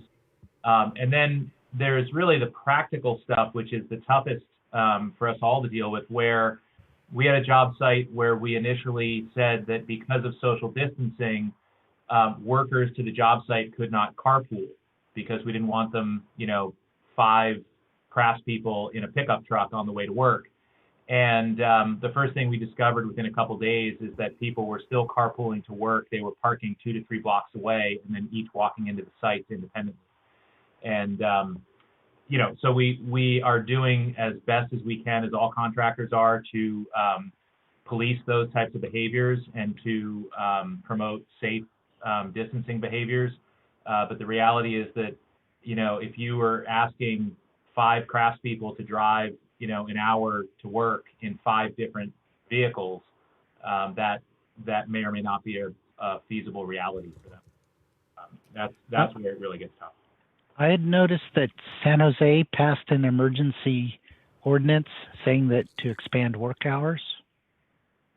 Yes, there are a number of jurisdictions that are allowing earlier starts, later finishes, and weekend work as a way to try to make up for that productivity loss. I noticed that Commissioner Cherukuru had her hand raised, then somehow Yes. it was taken down, and it looks like she has it back up again. Yes. Thank you, Rena. Thank you, Chair. So, great presentation. What is the impact of delays on DA? We had a recent project requesting for a DA amendment. There was an interest to visit the EIR through increasing the affordability housing or original allocation. What is the cost-benefit analysis that goes with developers when that kind of an interest request is made? Drew, do you want to respond to that one? Yeah, I'm not sure if I understand the question exactly. Was the request that development agreement terms be amended because of COVID? Yes. There was a request for, of course, rephasing, knowing that hospitality has been surging downward. Sure. The interest from the commission was to see if we could raise the affordability housing component of the original DA, and subject to potentially opening up an EIR. Sure. So what I don't know the particulars of that situation, but what I can say is that, in the development world, just as in all things in life, we talk about things that we control and things that we don't. And we are often, our goal in a development agreement, at least in our view, is to make promises about the things that we can control and to not make promises about things that are out of our control. And so in the case of a master plan that includes hospitality, whether the hospitality market is good or bad is certainly out of the developer's control. And even 9/11 was not as bad in the hospitality industry as COVID is right now.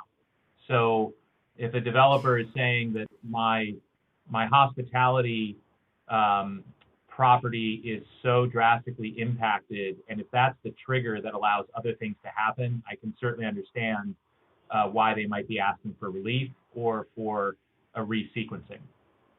As we learned in the slides that Libby and I presented, if the city's response is to ask for an increase in the affordable component within that project, that certainly has a cost impact.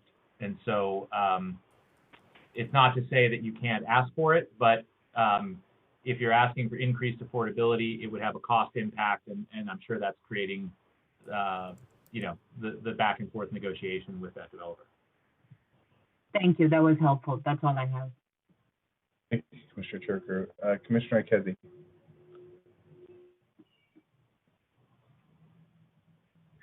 Sorry. Thank you, Chair. Thank you very much for the great presentation. This explains so much about the developer behavior that we see at the commission. I can understand better where their developers are coming from. So thank you. I have several quick questions.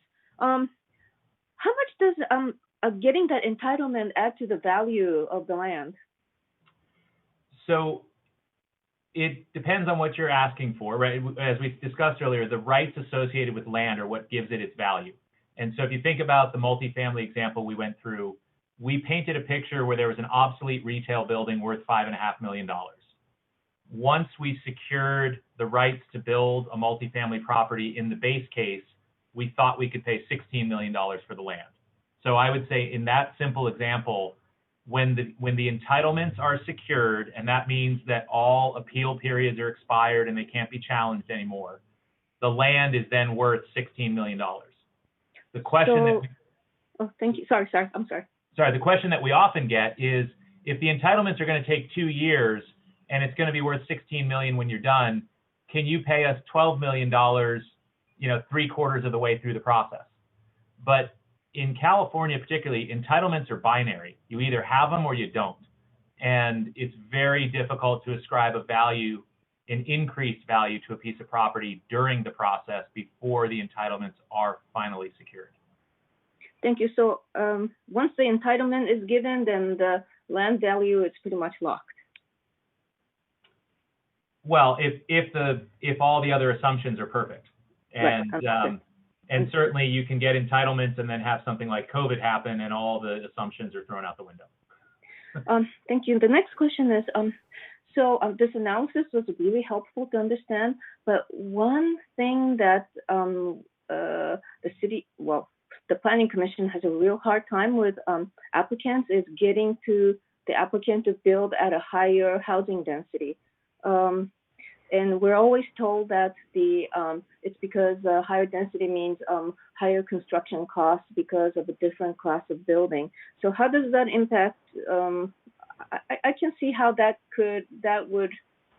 how does that impact the analysis that you offered? Sure, and I'm going to oversimplify it, but sure. Let's take 3 basic building types: Type 5, Type 3, and Type 1. And the way I remember them is that the lower the number, the less combustible the building. So a Type 5 building is wood framed. A Type 3 building is typically a taller, more dense wood building, but with more robust fire separations. And then a Type 1 building is typically a mid-rise building that's made out of concrete or steel. The Type 1 building is going to allow you to build a lot more density and a lot more units per acre, but it is considerably more expensive per square foot. And it's not a linear function, but often a step function, so that if you're building, 4 stories or less, Type 5 is typically the most efficient. If you're building a 6 or 7 story building, Type 3 is most efficient. And then if you're building, and where we often find gaps in between, is if cities will allow a little bit more than 7 stories, an 8, 9, or 10 story building might not make any sense, because the cost of moving to a Type 1 building is so drastic that it may only start to make sense when you're at 11 or 12 or 13 stories. And again, construction costs move around all the time. Those step functions move a little bit, but generally speaking, it is not always the case that more density is more land value, but it may mean a lot of other things. Like if you're building near transit, incentivizing that density might be the right thing. Or there's. Can I just add to what Drew said too, just to add the parking point, which is depending on what your parking requirements are.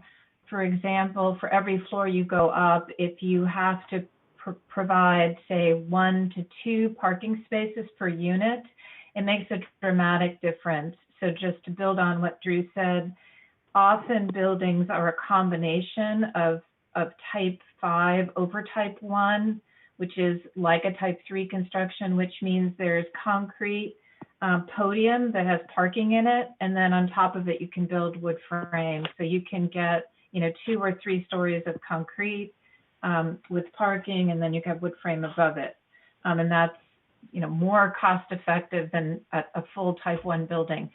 But the parking, that cost of the parking, it makes the building more complex because you have the parking underneath, it's sitting underneath the building, or it may be going down below grade, as we talked about earlier. And the more parking that if you go up and you have to provide a lot more parking, and you get forced to provide that parking underground, it makes the construction cost a lot more expensive too. So it's not only just the above grade construction type that Drew was talking about, it's also the relationship of parking. So sometimes you just can't fit all that parking in gracefully above grade, right? It's not what you're going to prefer. You're not going to want 6 stories of parking above grade, just as an example. Yeah, and this is Jan. I would just underscore that by saying the way that we were able to make it work in downtown San Mateo was the city was willing to allow, first of all, that's why we only went to 7 stories, was to stay within that type 3 building type.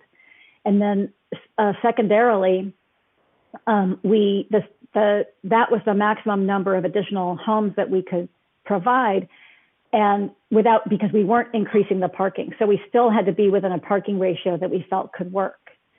So we were balancing those 2 things, cost and the availability of parking, in that example of increasing the number of homes.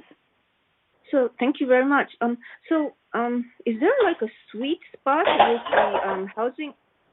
Is there a sweet spot with the housing density level where that makes it attractive enough for developers to go for those 10 to 11 to 13 story buildings? Right now, the highest density I've seen in the city is about 100 units, 100 to 120 per acre. But what do you see in the area? So I would say that we are just, pre-COVID, we were at a tipping point where more and more mid-rise buildings were being proposed, whether obviously you've seen them in downtown San Jose. I know that in Santa Clara, they're proposed in a number of places. And, we are proposing one in Sunnyvale right now in the middle of downtown. And it's a combination of whether a jurisdiction is willing to entertain that type of height, because as you can imagine, up and down the peninsula, we have seen situations where somebody proposes a 4-story building and the community responds by saying it's the Manhattanization of their suburb. So in some towns, 4 stories is perceived as too tall. In some towns, 10 stories is perceived as not enough. So you need both the political will and the financial metrics, which are just about there to make mid-rise feasible in today's world. When you say mid-rise, 10 to 11 to 13 stories? Yeah, I would say mid-rise is 7 stories is where type 3 buildings typically cap out. So anything above 7 stories, and even some people would consider 5 and 6 and 7-story buildings mid-rise. Okay, thank you. And one last question. So the rents that are not being collected, is that going to impact the construction of affordable housing going forward?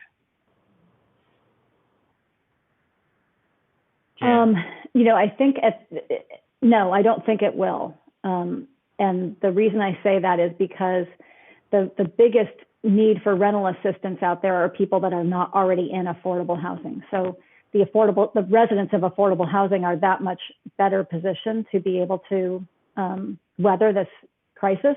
And what we're finding is that our residents are working very hard to pay their rent and paying what they can of their rent, and our delinquency rate is not that much higher than it normally is. We're running, our normal delinquency rate might be around 1%, and we're at about 5% right now. So it's still higher, but not as much as you might expect. But what we're finding is that people are paying their rent, but they need assistance with food. And so that's where we're really putting a lot of the energy in supporting people with food assistance. Thank you so much. Thank you. It was a really wonderful presentation. I yield. Thank you, Commissioner Ikezi. I'm going to go next to Commissioner Kelly, but also once we get done with Commissioner Kelly, there's a comment from somebody, Alex Shores, and we'll get to that right after Commissioner Kelly's comments. And if I could also just interject, we do have about 15 minutes of other slides focused on fees, and we would have a chance to Q&A at the end of that as well, just to remind everyone. Okay, so let's do Commissioner Kelly. Let's answer the question that's in the chat box, and then we'll go on to the next presentation. Great. Commissioner Kelly, Okay. Go ahead. All right, well, a couple things, but first off, it's pretty common that a developer will come back to us either to extend an existing development agreement or maybe make a change. And most recently, the developer just asked to have the hotel move to phase 2 of the project because hospitality has been heavily hit. Now, I would like to know, does it make sense to ask for concessions after development agreements been made if they're just asking for an extension, or in this case, just to move one of the buildings to phase 2 on the development plan? You know, this is Drew. I would say it has to be examined holistically. I have been in the business since the late 90s, and after 9/11, people who had been in the business much longer than I said we'd never seen anything like that. Then in the great financial crisis, people said this is the worst it's ever been. And I can tell you right now, in the COVID era, this is as bad as it's been in a lifetime. And particularly with hospitality. So I don't know the specifics of what other forces are in play in that request, but I can certainly say that, and we don't do a lot of hospitality at Ceres Regis, but hospitality is the hardest hit sector at the moment. And that is a fact in what's going on today. Okay. Yeah, and the timing is critical. You know, I don't know when they're talking about postponing the hospitality too, but that is, part of the equation as well, because at some point hospitality will recover again. We do have a question through chat from Alex Shore. Yep. He says, panelists, Yes. Can you talk about the cost of offering transportation demand initiatives, management demand initiatives to offset the cost of building parking? And then I think this is just an aside. Some members of the community say that about four-story buildings, there are tons of people and groups like Catalyze SV that are favorable to four-story buildings. But I think the first is a question about offering TDM initiatives to offset building parking.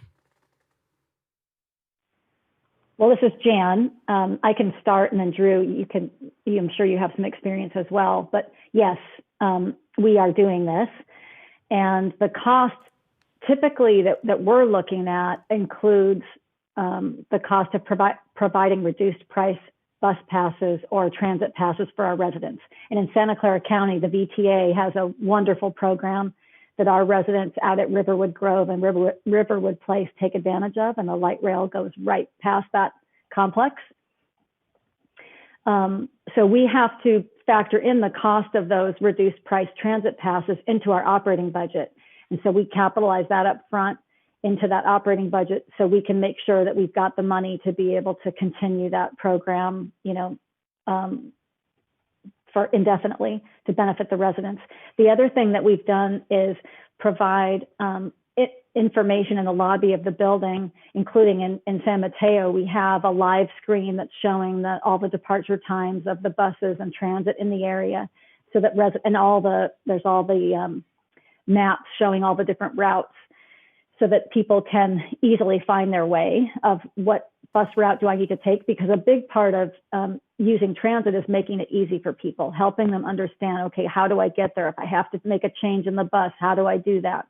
And so we provide that information in a really usable way in the lobby of the building. And then our services staff also work with our residents when they first move in to help them access transit. So where do you need to go? Okay, if they're unfamiliar with it, where do you need to go? Okay, here's the different routes that you can take. And so it's providing some of that support to make it easy and kind of get past that that hurdle that some people may have about using public transit when they're first exposed to it. Yeah, and Jan already said it, but there's always a mathematical trade-off for the developer to say, what is my first time cost to building something like a parking space versus what is the impact of a TDM program on my expenses? And you know, you can use a calculator to say that there's a perfect mathematical relationship, but it's never quite that simple. And we are experiencing, at least again, pre-COVID, and we have to believe this will come back, that if you're building on transit, we've seen properties on BART stations where 70% of the residents ride BART to work. We've seen projects on Caltrain where the numbers of percentage of ridership may not be as high as the BART example, but percentage of residents that don't own a car can be well over 50%. And again, in the pre-COVID era, many of the residents of our apartment complexes in downtowns and near transit believe that if I have my phone, I can have whatever services I need at the touch of a button, whether it be an Uber ride, whether it be a car share, whether it be a transit pass. And so, you know, we have seen projects where we build on transit, the city forces us to build 2 spaces per unit, and lo and behold, in 2020, the parking garage is half empty. And so those are projects and those are locations where absolutely we would build a very robust TDM program into our project in lieu of having to build empty parking garages. And I would just want to add that also bike parking is a big factor in a lot of TDM programs, that it's really making a difference as well.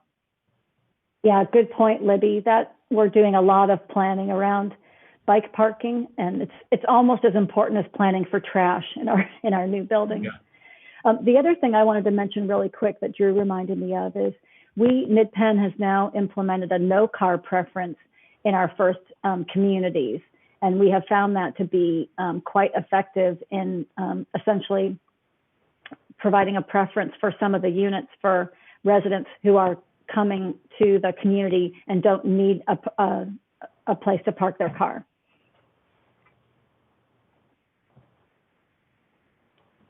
So shall we move on to the yes, presentation? Go for it. Yeah, go for it. Okay, I'm just gonna get back to hopefully to our screen. Did our screen start to appear? Hopefully. Yes. Section 3. Yes. Development fees and taxes. So we had to start something with at least a little bit of humor, I guess. Sorry. It was getting. Oops. Sorry, Libby, your screen is up. It's on the Q&A section 1 slide, so maybe the last slide of section 1. Oh, really? Oh, it shows section 3 on mine. Okay, wait a minute. Let me just see what's going on. There we go. I wonder why. For some reason, it's going. Okay, well, it's just on my other. It's on my other screen on my computer. I have no idea why. It just jumped to the other screen. So good. So we had to start with some tongue-in-cheek in this, which is to say that you can never be on top of the new regulations, and that can often include fees and taxes by way of introduction to this section. Yeah, and as we talked about earlier, development's a risky business and time is money. And when a developer conceives of a new project and starts the entitlement process, those first dollars that we spend drawing conceptual drawings, maybe it's money on parking or traffic studies, soil studies, those are the most risky dollars that we're ever going to spend because we have no idea whether the project is ultimately going to pan out or not. And so typically it's a dynamic in development that the early money is the riskiest and gets the highest return. And then as things get more and more certain through the process, you can bring on investors and get lower cost money. But that entitlement and permitting process, if it's a protracted schedule, if it changes the project significantly or increases the cost, those are the risks that we're facing early on in the process. So this is the first of 2 slides just showing that, again, the faster something can happen, in this example, we've got a 5 or 6 year process.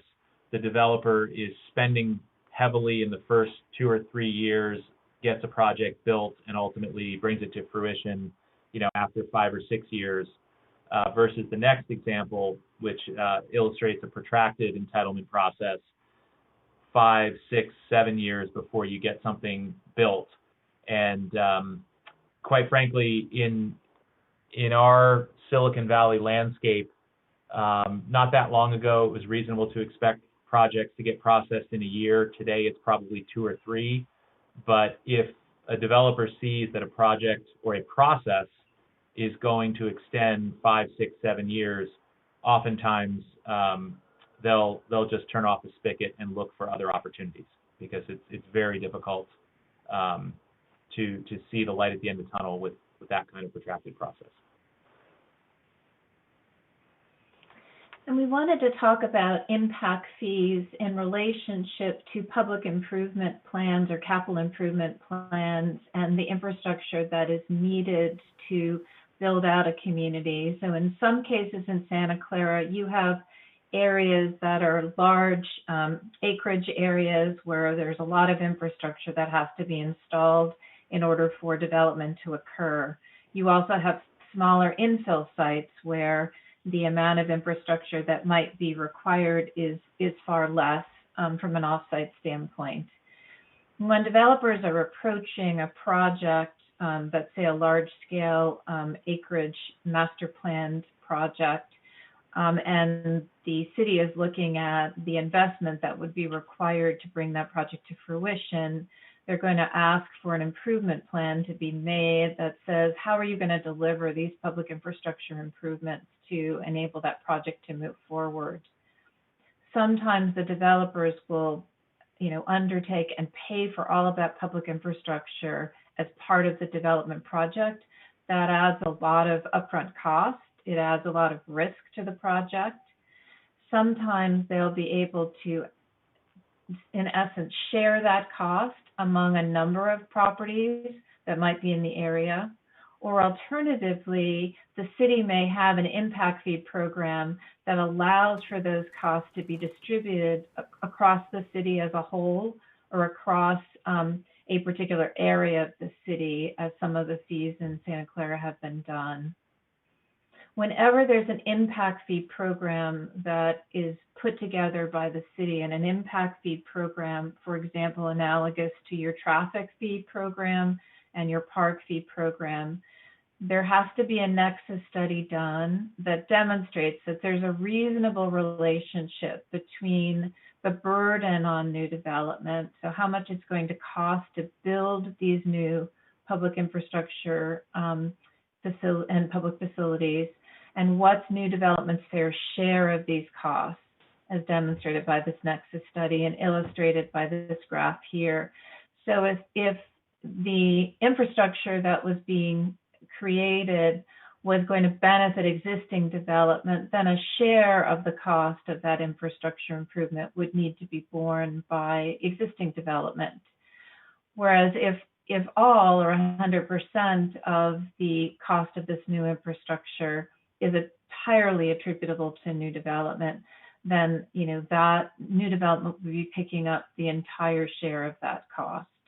Or it might be split, with 15% being allocated to new development and 85% being allocated to existing development, or some combination in between. So the nexus study looks to determine what is the fair share of for new development of this infrastructure cost. Another thing that's really important for impact fees is, when are they imposed? This is a graph that was done by the Turner Center at UC Berkeley that recently did a study on residential impact fees in California. And what they did is they surveyed a landscape of cities, as I'm going to show on the next slide, and looked at when were those fees being imposed.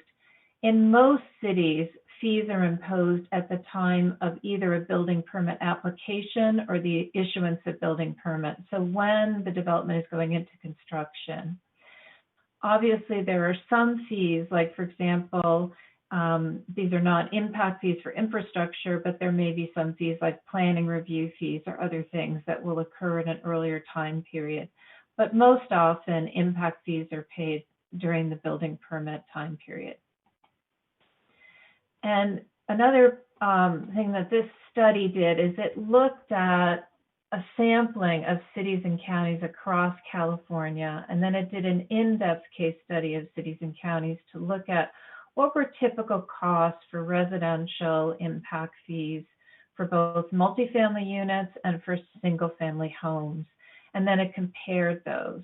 And this is just by way of illustrating that, you know, every community may have a different type of fee that they impose. It may have different amounts of fees that are charged on a per unit basis. Those calculations may be done differently. And the distribution of how those fees stack up in terms of how they affect the development cost of new development is quite different. And when we did our feasibility framework, we talked to you about how there's a whole set of costs, including land costs, pre-development costs, and soft costs. And there's a component of the costs that are the fees themselves. And we're going to dive into the fees in Santa Clara a little bit more.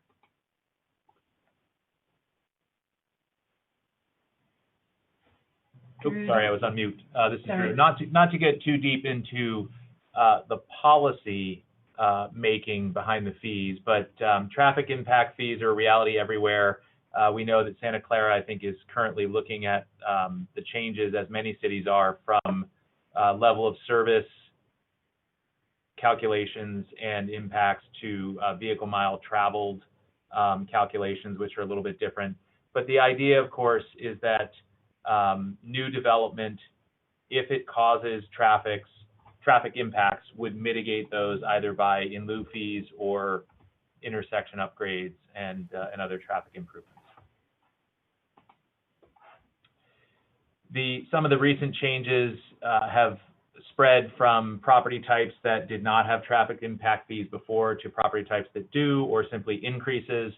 And again, one of the things that developers often ask for is that once we start a process, we would love for the rules to remain consistent. And oftentimes when cities propose fee changes, the number one arm wrestle becomes what is grandfathered in as a pipeline project and what will be subject to the new fees. And again, some solutions include if a project has an application filed and deemed complete. Some include other, milestones either before or after that. But as a developer, I can tell you our plea is that once we start a process with the city, we would love to know that the fees are locked in for the duration of that development's life. And that may or may not be a reality, but that's always been the development community's request. And just to echo that, so if the fee, in this case, it's not a major significant change for residential, but, changing, as Drew said, from something that only applies to non-residential and then now applies to residential, and you're in the middle of doing a residential project, then that's just another cost item that's going to get added to the pro forma that may or may not affect the feasibility. You recently did a park fee update. There's a very detailed nexus study that was conducted on the part of the city that looked at the demand for parks within the city. Libby, just real quick before you switch over to parks, I see Commissioner Jane's hand raised. Oh, sorry. Sorry about that. Commissioner Jane, do you want to unmute yourself? Yeah, there's been a big debate within Santa Clara about when these fees should be set, park impact fees and traffic fees, whether it's at time of assuming control of the property. Is that when somebody gets an option, or is that when they actually purchase the land? And then there's, when the fees go in, when a permit is complete. What is typical? So this is Drew speaking. If I had a wish list, it would be the moment I start thinking about a property. But if I have a real answer that I've seen implemented, it's typically some definition of pipeline. And pipeline can be, again, a deemed complete application is a bright line in the sand, but cities, I will say flat out, we have seen cities, I'm not sure what the right term is, but sometimes play with the idea of what is deemed complete. And so it's a fairness argument of when has a developer truly come to the city and proposed a project and shown in earnest that they have a plan to develop a piece of property. The angst that you're probably hearing behind the scenes is when a developer options a property, we've made financial commitments to that seller and we've made financial assumptions. And so, yes, it would be a dream world if that's when the fees were locked in, but that just may not be reality. Okay, thank you. Okay, thank you, Commissioner Dane.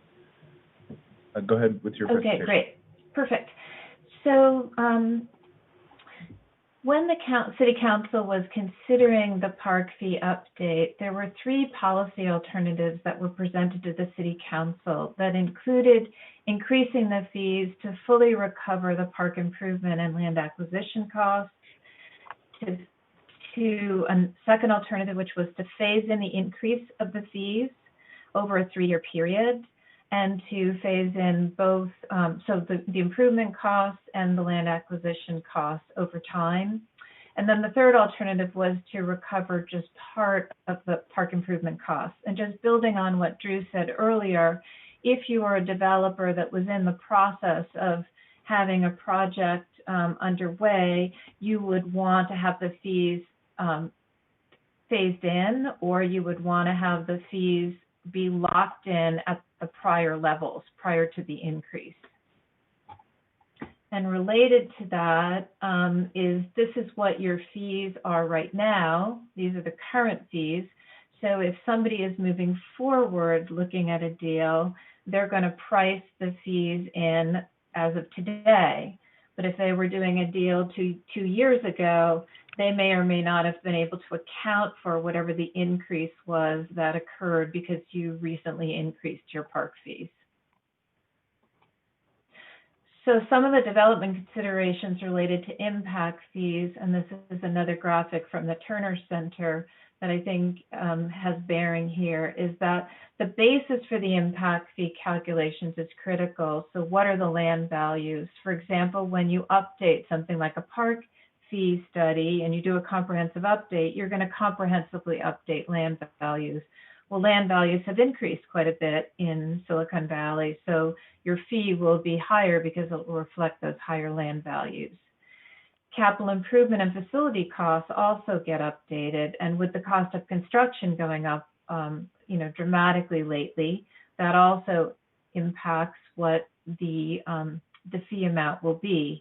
And then how it is applied by land use. So in the illustration we gave you earlier on traffic fees, it didn't apply originally to residential, it applied to non-residential. And so, how is that application done? But in addition, another trend that goes on with fees is whether or not those fees are charged on a per square foot basis or whether they're charged on a per unit basis. Some of the advantage for residential of charging on a per square foot basis is that, smaller unit projects that have more studios, for example, or 1-bedroom units and are rental developments, they would pay a lower fee, whereas larger, say, single-family homes or larger homes would pay a higher fee. So there is some of a trend that's been going on lately within a number of jurisdictions to move from per unit fees to per square foot fees. And sometimes fees are charged on, in a traffic case, they might be charged on a trip generation, though that is likely going to go away with the VMT regime that is now happening under planning.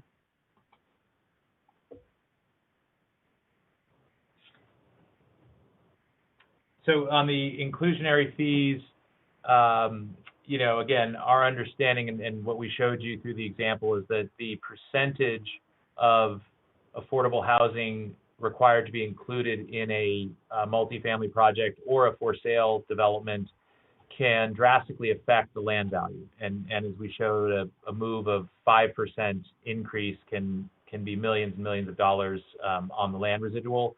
That said, again, the request that you'll most often hear from the development community is consistency. And as long as the rules remain the same from beginning to end of a process, they are most often, willing and able to incorporate those costs into their projects and to provide the inclusionary units. We have also seen many times in lieu fees as an alternative. Sometimes in lieu fees are for partial units. If you calculate that you own or you owe 0.7 units,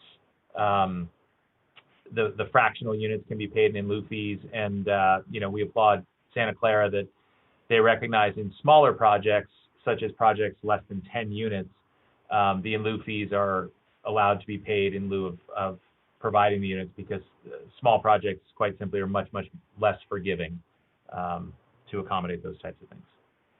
And two other advantages, I think, of your inclusionary housing program is that you do an average of all the affordable units at an area-wide median income at 100% AMI for both rental and for ownership.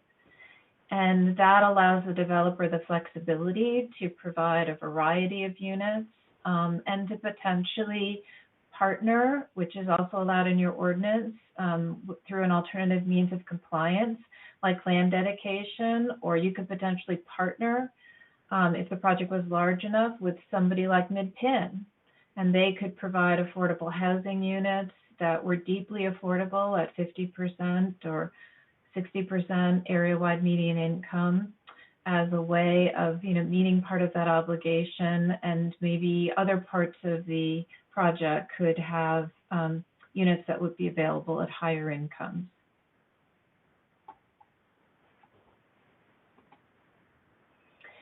School district fees are very interesting, and I think that a lot of communities in the South Bay are finding challenges with funding and maintaining their school facilities.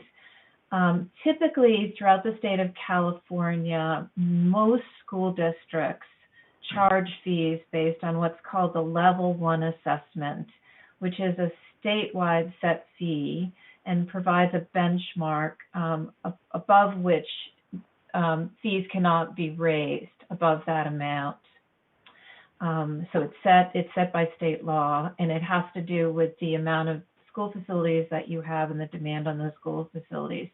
Typically, those fees are set by the California State Allocation Board every 2 years, and they increase based on a change in the RS means index, which is a construction index, which increased about 8% from 2018 to 2020. So the maximum Level 1 fee right now, assessment per square foot, according to the State Allocation Board, is $4.08. According to the Santa Clara Unified School District's website, they adopted a slightly lower fee at about $4.01 per square foot in 2020. However, also indicated on their website is that due to the monetary shortfall that the Unified School District is facing, developers are requested to include a voluntary community benefit amount to fully mitigate the actual impact of the development on schools, which is very important because schools need funding for new school facilities. But it provides a level of uncertainty for the development community because it's not clear what the charge would be. It's very clear when the charge is $4.08 or $4.01 per square foot.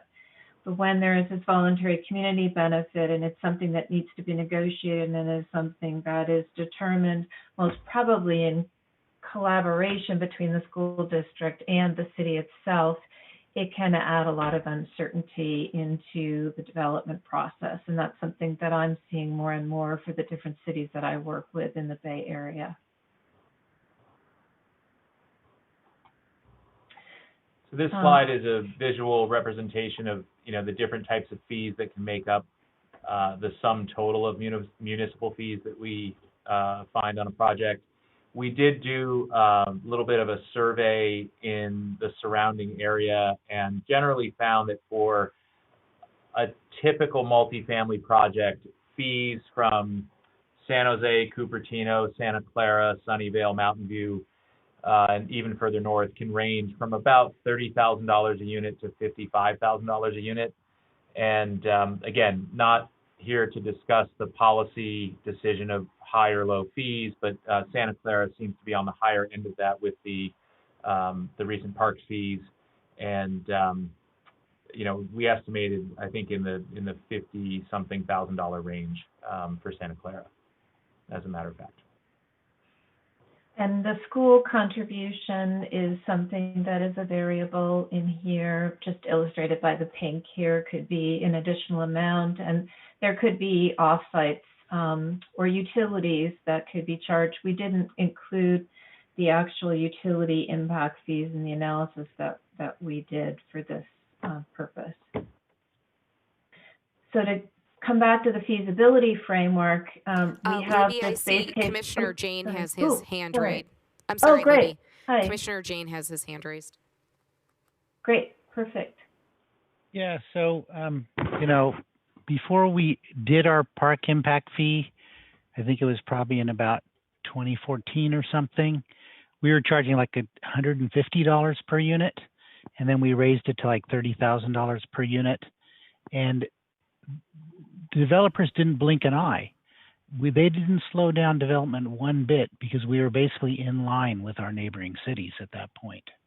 And we had a deep hole in terms of the number of parkland we had. You know, I think we're at 2.53 acres per thousand based on Mitigation Fee Act. So I guess my question is, we have high fees, but partly we're making up for a hole that we had created. Mm-hmm. But I don't see developers slowing down. We have huge projects, 4,500 units at Tasman East. We have, you know, Kylie was going to build 6,000 units. We have, you know, all of these projects with thousands of units. I don't see developers blinking. And that's a good point. It's a very good point. It really depends, and we're going to just illustrate this further of, you know, in our base case, it depends on where you get narrowed down. So, you know, how blue sky, what is the forward-looking situation? You know, when do the fees get increased? You know, did they already factor in a certain amount? Do they get fee credits for on-site parks that they're building? All of this gets added into the equation. Yeah, and I would say, as somebody who does develop, you know, multiple product types, but multifamily included up and down the peninsula, I think a lot of those developers are blinking now. They for the last 10 years, from 2010 to 2020, generally things were moving in a favorable direction.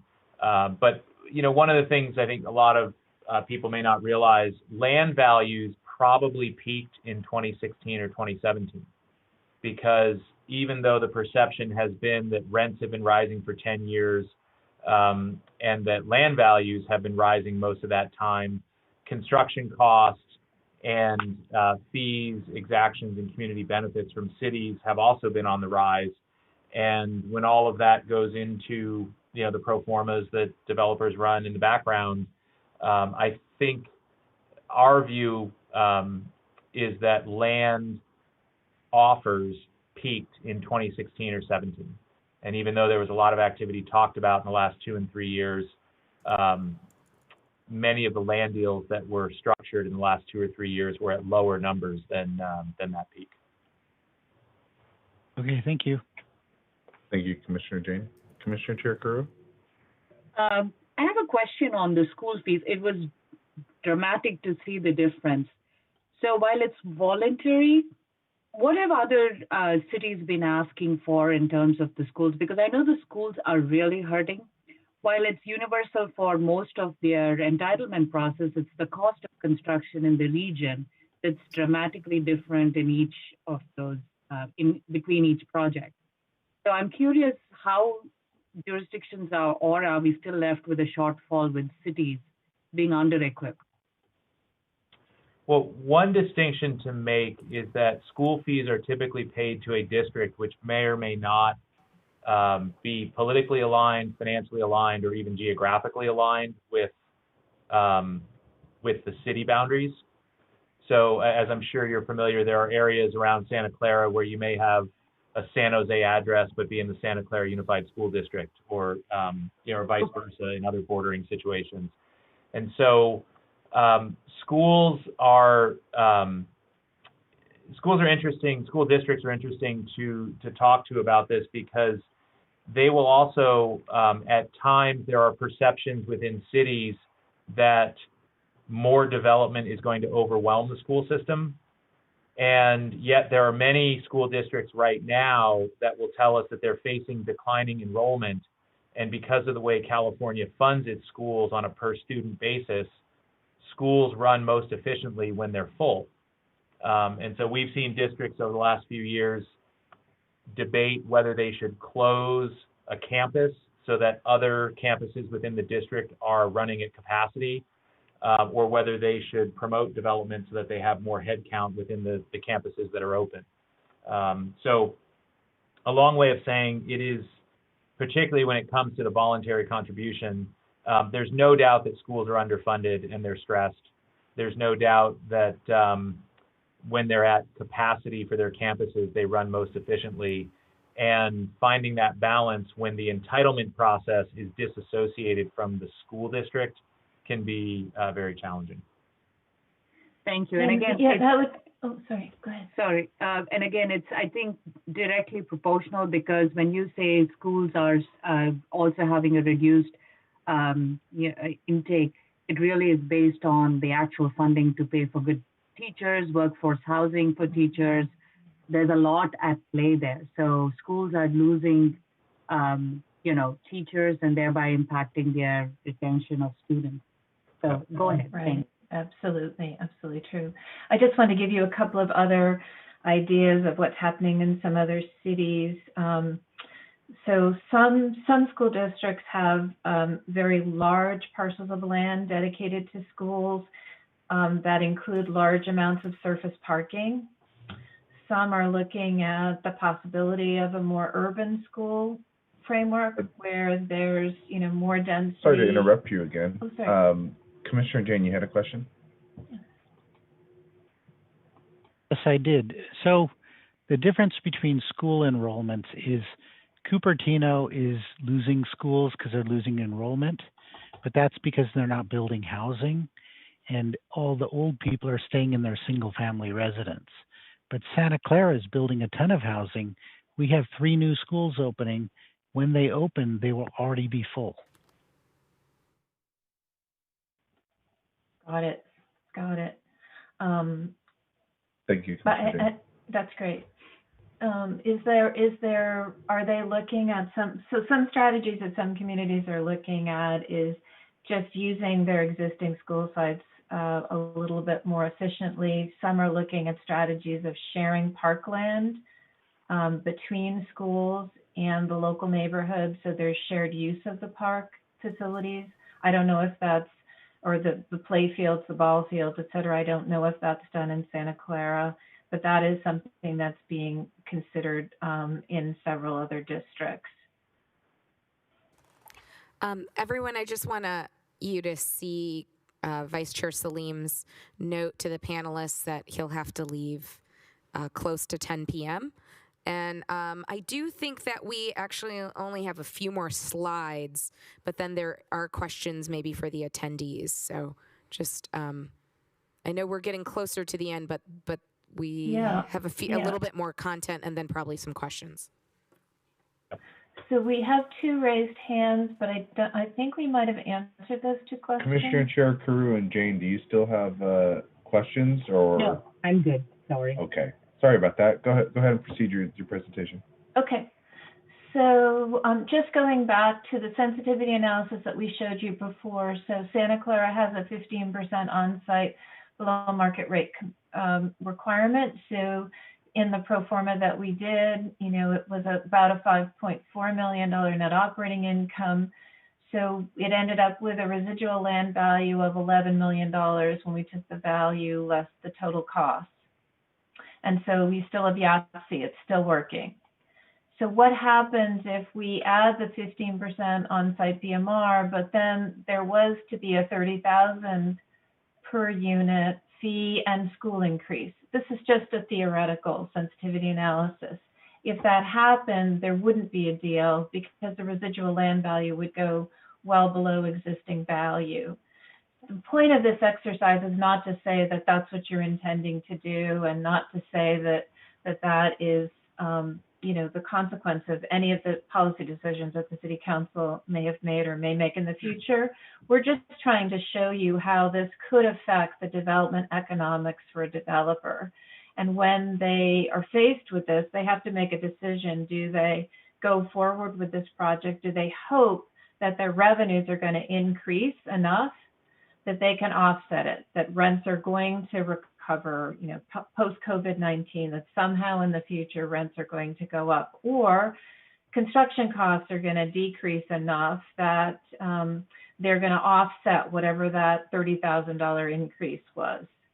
But at some point, a developer has to make the decision of whether or not they walk away from the deal, as hard as that may be, after spending millions of dollars, tons of time. But at some point, they have to make the decision, or their capital investors make the decision because they're not willing to invest in the project anymore, and they walk away from the deal. And that's the balancing act that has to occur. And there are always strategies to help enhance feasibility that, we just wanted to throw out on a more positive note to end, that there are pieces of this. There are ways for cities to get creative. We've talked about time. Anything a city can do to streamline the process, and not at the expense of community involvement or quality of project, but just streamlining, the administrative process can be extremely valuable to the development community. We talked about ground floor retail a little bit, and in our example, it was really the parking. But ground floor retail in multifamily projects or mixed-use office buildings, they're a double-edged sword. They can be an amenity, but if they're in the wrong place, it can be very, very difficult to lease, very difficult to keep, full and occupied. And as it was noted in one of the Q&As, we absolutely believe that the retail industry is going to be drastically affected by the COVID crisis, and the next few years, we do expect there will be a lot of dark storefronts, which is a difficult reality to imagine. Parking. And I just wanted to add that there are a lot of lenders that will not underwrite retail in certain locations, by which what I mean is that even if you have a pro forma that says you think you might get rents from retail, and this happens with affordable housing as well, that you cannot include that income in your pro forma. So you cannot basically get a mortgage, get permanent debt counting on that retail revenue. It's an economic anchor sometimes in a project. The cost of parking we talked about, the idea of fee credits. We've seen some cities where maybe you owe a large park fee, but if you have private open space and public open space on your site and you improve that space for the public to use, you get credits against something like a park fee. And there's always some creativity that can be implemented around that. The timing of the payments, whether you make a developer pay right up front for all their fees, or whether they can pay an occupancy of a building, can make a big impact for the development. And then density bonus law, there are state density bonus laws that allow developers to get, if they propose density in the right places, then there are variances to the local building codes or height codes or setbacks, et cetera, that they can ask for forgiveness on. And density bonus laws can be a double-edged sword for cities because they sometimes feel like they're giving up some local control. But hopefully the idea is that you're putting density in the right places, such as near transit. And I believe that's our last slide. Yep. So I really want to thank everybody first and foremost, before we get to the last questions. Doing this over Zoom and not having the personal interaction and face-to-face contact, is certainly a little bit of a challenge, but it sounds like everybody's hung in there, and you all to be commended for your attention to this, because it can be a little bit cumbersome at times. So I just don't want that to go without being said. And again, Jan, Libby, and I are here for any other questions that you might have before we say goodnight.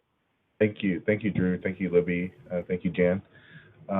Really insightful and really informative. Thank you so much for all of this. Let's go to the questions. Like I said, we're going to keep it to 3 questions minimum if we can. We're going to start with Commissioner Jane, then Ikezi, and then Kelly. So go ahead, Commissioner Jane. Yeah, thank you. This has been very informative.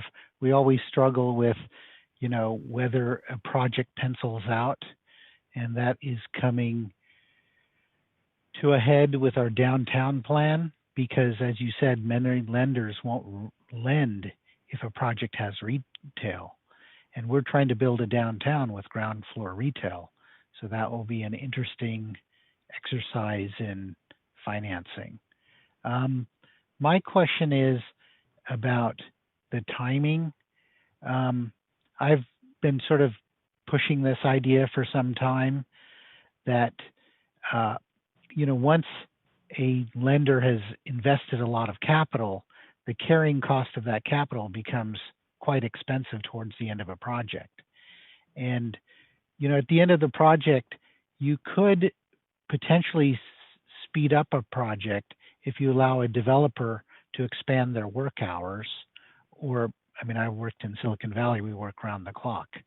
So like indoor work, painting and putting in cabinets and things that could really happen round the clock. And if we have a labor shortage, wouldn't that make sense that we could expand hours? I'd just like your thoughts on that.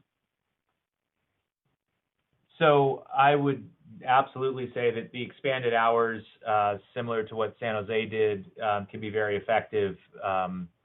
I don't know that I could propose round-the-clock work hours, and particularly how do you police it with proximity to neighborhoods versus commercial corridors might be a little tricky. But yes, in today's day and age where social distancing and productivity on sites is absolutely impacted, every little bit will help.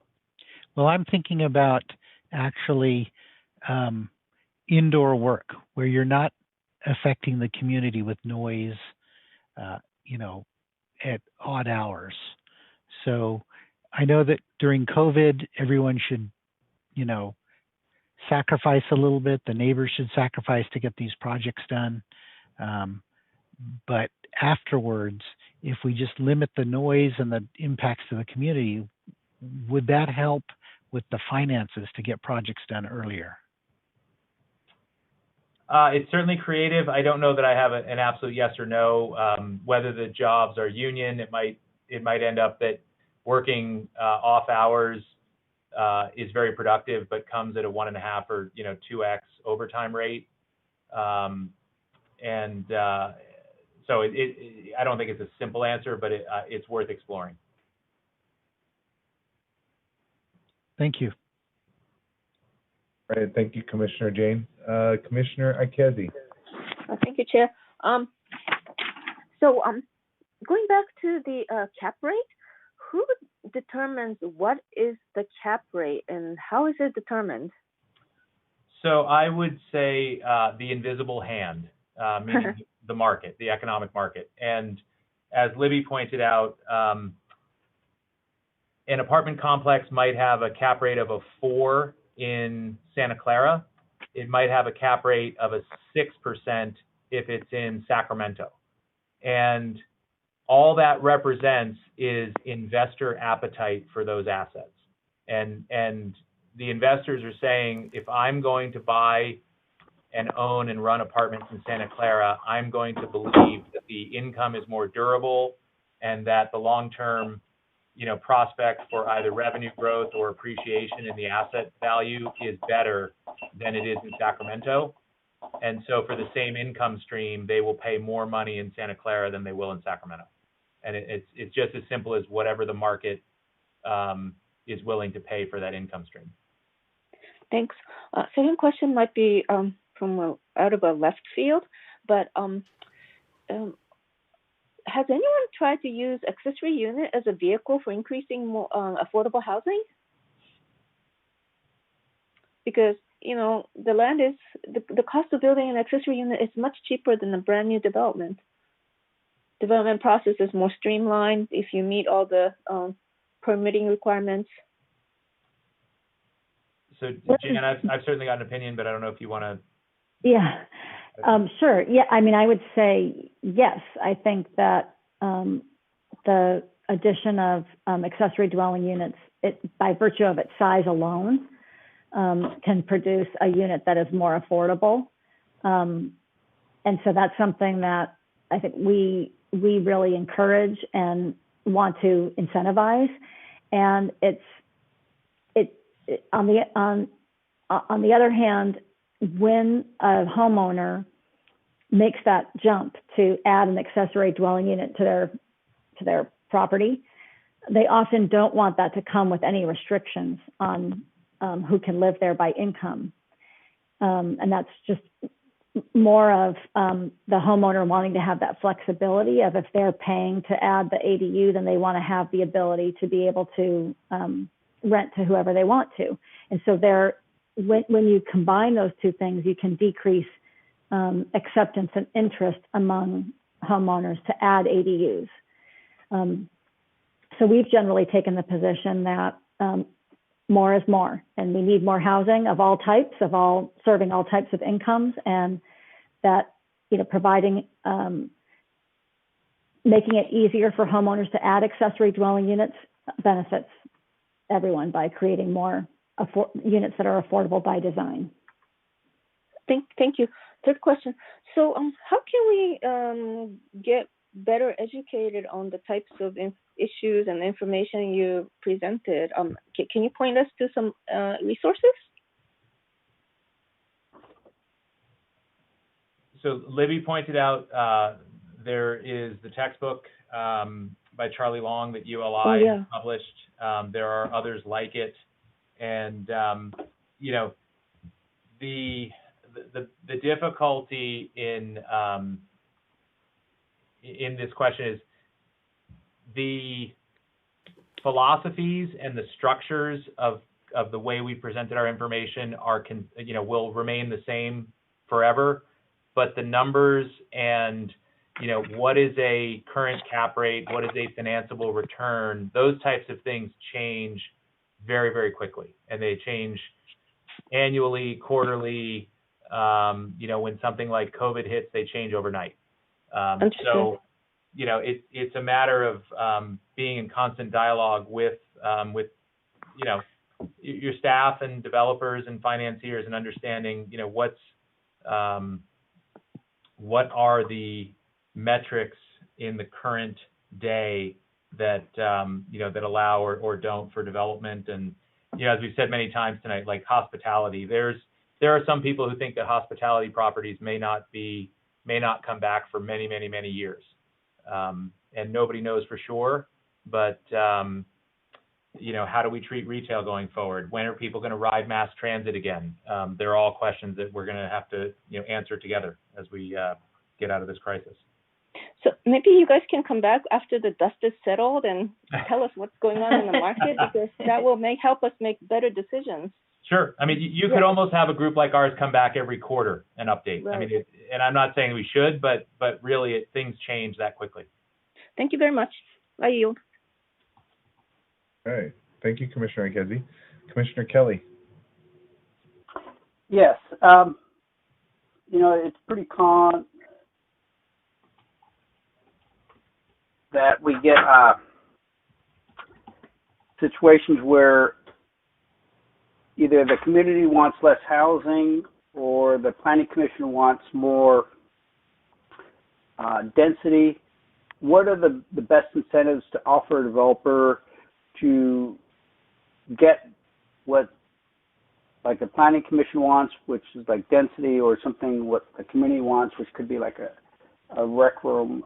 What kind of incentives do you suggest offering?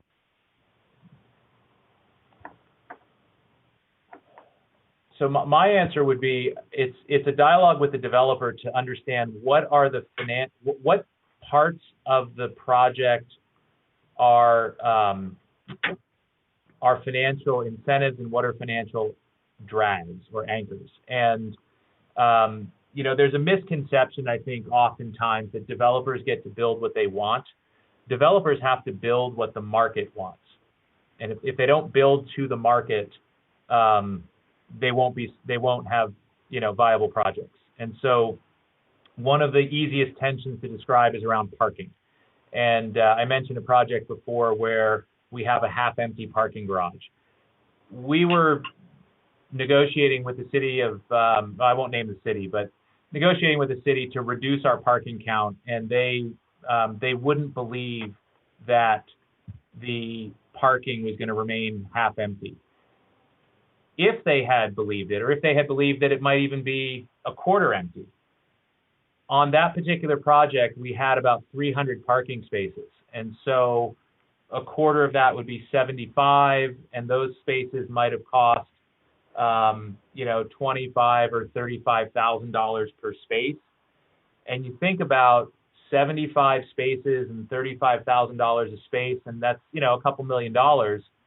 We could have, if they had allowed us to reduce our parking count by 75 spaces, we could have given them a couple $1 million worth of park improvements or a couple $1 million worth of utility upgrades in the street. You know, it's all a trade-off. And the key is really the dialogue that uncovers what are the things that are the easiest for one party to give, and what are the things that, you know, that are kind of mutual areas of agreement, which sometimes go undiscovered. Okay. Now, you know, the other thing is when a project comes back in front of us, you know, I kind of hit on it before, but if we're going to ask for something, is it too much to ask for like higher density at the point of a project that's coming back in front of us? Are we better off looking for like maybe simple things like paying the school impact fee earlier, or like making contributions to like, you know, the rec room, which they suggested bringing a rec room up and available to the community sooner? Because we do have a lot of projects that come back in front of us, and it's common that commissioners ask that the developer give us something for us to extend or to change the phasing of the development.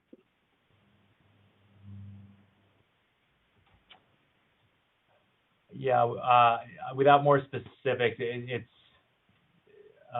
tough to answer without knowing the specifics of maybe a particular case or a particular conversation where that's occurred. Okay. Well, let me get this specific into our current economic condition. Okay. Sure. I do expect some developments to get delayed because of the COVID crisis. I'm in kind of the mindset that they're probably hurting financially. They're going to probably have greater losses because of the delays and then the economic situation we're currently in. So is it fair to assume that it's best to keep them on track as much as possible, even if they need to delay some things because of the economic downturn? Because in 2008, when I first got on the Planning Commission, we worked with developers, and then now we're kind of back in the same boat where we need to work with the developers. Yeah, I will, you know, admitting that I am a developer and I'm probably sympathetic to their plight. I do expect there will be a number of projects that come before you and other jurisdictions in the next year or so where projects were all but entitled and expected to go vertical, and now the financing is not going to be there because of the health crisis, which has caused the financial crisis that we're in. And so, so you think the banks or their financing is going to slow down or dry up? I can tell you for certain that when March and April of this year occurred, the first thing that happened was the capital markets froze. And the capital markets were saying, if I have committed to a project prior to, let's just pick March 1st or thereabouts as kind of the date when coronavirus became a word that we were all familiar with, and shelter in place came shortly thereafter. The capital markets, whether they were debt or equity, were saying in March and April that if I committed to a project before March 1st, I will close, but I'm not looking at any new projects.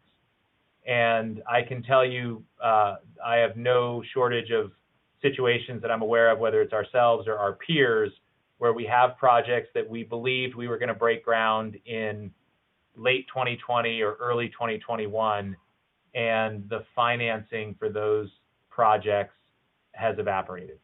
And there are many, many developers who are scrambling right now to find financing for projects that they already thought they had locked in.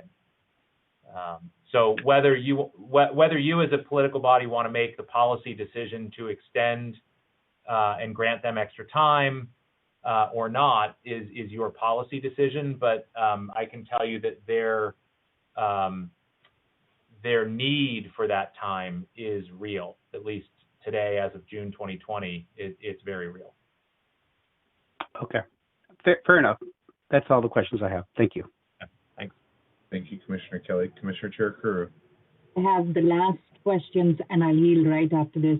What's happening in the with other jurisdictions, with the Facebooks, the Apples, and the other philanthropists that have come with millions, if not billions, of dollars? Are they helping out? How is that factor working in on the affordable housing? Well, this is Jan. I would say that it's too soon to tell. A lot of those resources really haven't been committed to projects yet. I think in many cases, in virtually every case, the announcement of the investment preceded actually having a program to invest the money. So they're now working that out and trying to figure out exactly under what terms they're going to make these investments. And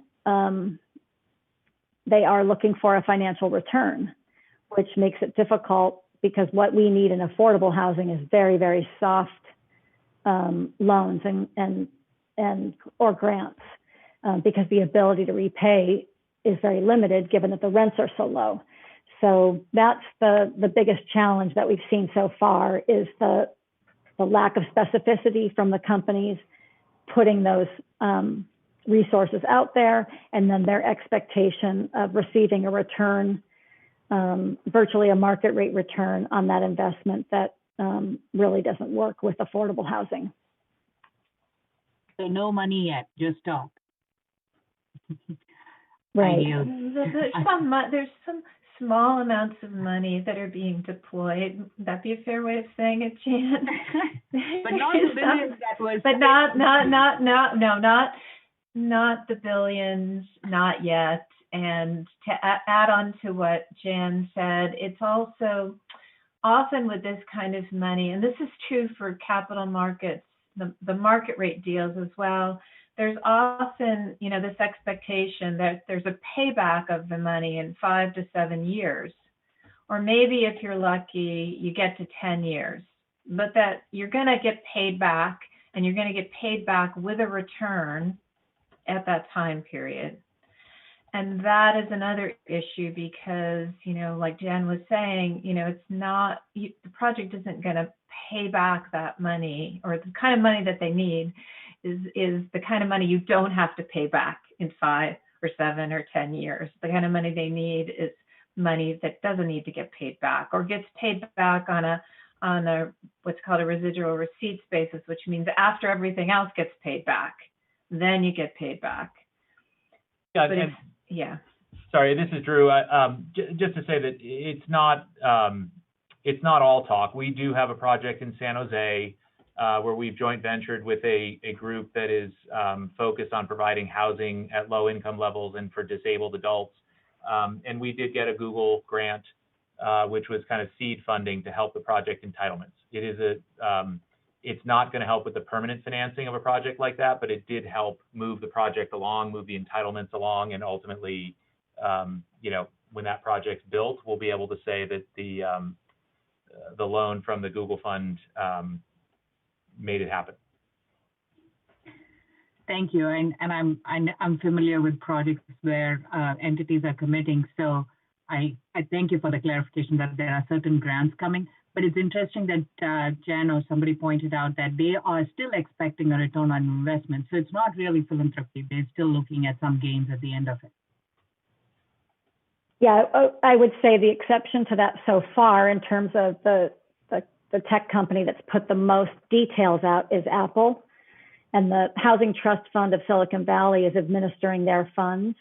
And they've been more willing to, they still want a return, but they're willing to take what I would consider a below market return. And I think that, as I was saying earlier, that Google and Facebook are still figuring out what their long-term investments look like, with having made some early investments like what Drew described. The longer term investments that projects need is the piece that they're still figuring out. And we're hoping that as projects like the one that Drew's involved with and some of the ones that Apple may invest in, that they'll see the opportunity and the benefit of making those investments. Thank you so much. I yield, Chair.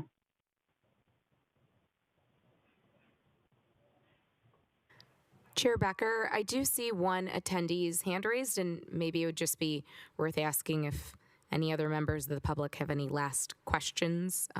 We're approaching 10 o'clock, and the study session's now at almost 3 hours.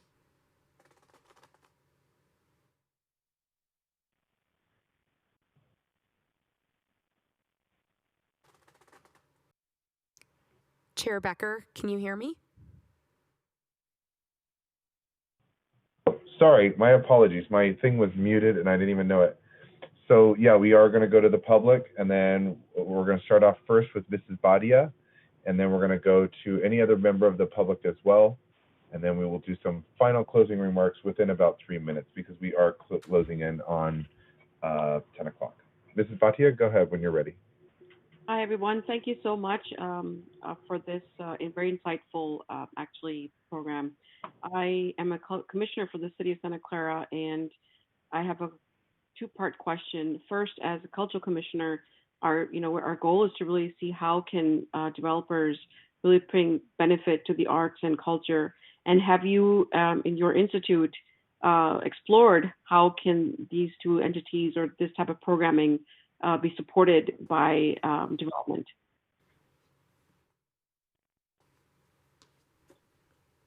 The question is, how can development support the Arts and Cultural Commission?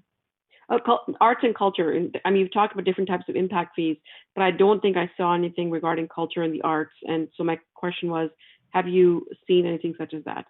Absolutely. And we did not include it as an example tonight, but it could have been any one of the sensitivity analyses. I have most often seen it in larger scale projects, and maybe larger scale projects that have development agreements where you have public art and sometimes when you have public plazas and programming having to do with, think of a public plaza where you'll have musical performances and farmers markets and theatrical productions.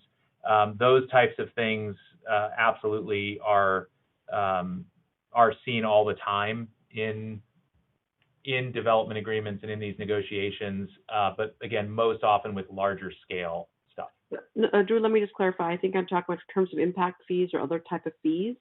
Is there anything that you guys have worked on, or have you seen anything across the board that you can speak to that considers it like park fee, but be a culture or art fee, impact fee?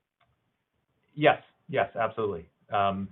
again, smaller projects, it'll more often be in lieu fees, but there are many, many jurisdictions that have, public art and other similar fees associated with new development. Okay, and I'll just quickly get to my second question. Now, I'm actually also the head of community benefit for Silicon Sage Builders, and I think coming from that mindset, I think I'm curious as an institute, what are you seeing as best ways for cities to work with developers at this time of, at this stage of the COVID crisis, because things may change and things may get worse. So what are your perspectives on what is coming? I know, Commissioner Kelly mentioned a couple things about, you mentioned about the capital and some, issues with revenue, but what are the other ways or needs that you'll be having that one should be prepared for with the changes in times? Boy, it's probably a long list to think about. I think one of the biggest issues that we are seeing right now is from the city side. I can tell you that I've got no shortage of city managers and elected officials who are worried about their city's budget and the fiscal impact of COVID as much as they are on their personal situation or any other situation. I've got examples of one city in San Mateo County that relies 50% of their annual budget is TOT tax from hotels. We've got another example where a city is looking at a city where really not a lot of development has happened in the last 10 years, and they're saying that their budget is in such a dire situation that they are looking at development and the impact fees from development as a way to help them manage their city budget in the next couple of years. But that's going to be very difficult because I think on the developer side, and the financing, the other things we've talked about tonight are going to be tough to come by. So I'm not sure that I have a great short answer for your question, but developers are going to be asking for all kinds of things, and I think the cities are going to be just as stressed as the developers. And so, again, an open dialogue is kind of the first step towards moving these things forward in any situation. Okay, thanks. I'll take. And I would just add, property tax revenue is generated by new development. Property taxes are typically the most stable source of revenue for a city. So, moving new development forward to the extent that it's possible does have a benefit for the budget. Okay, thank you.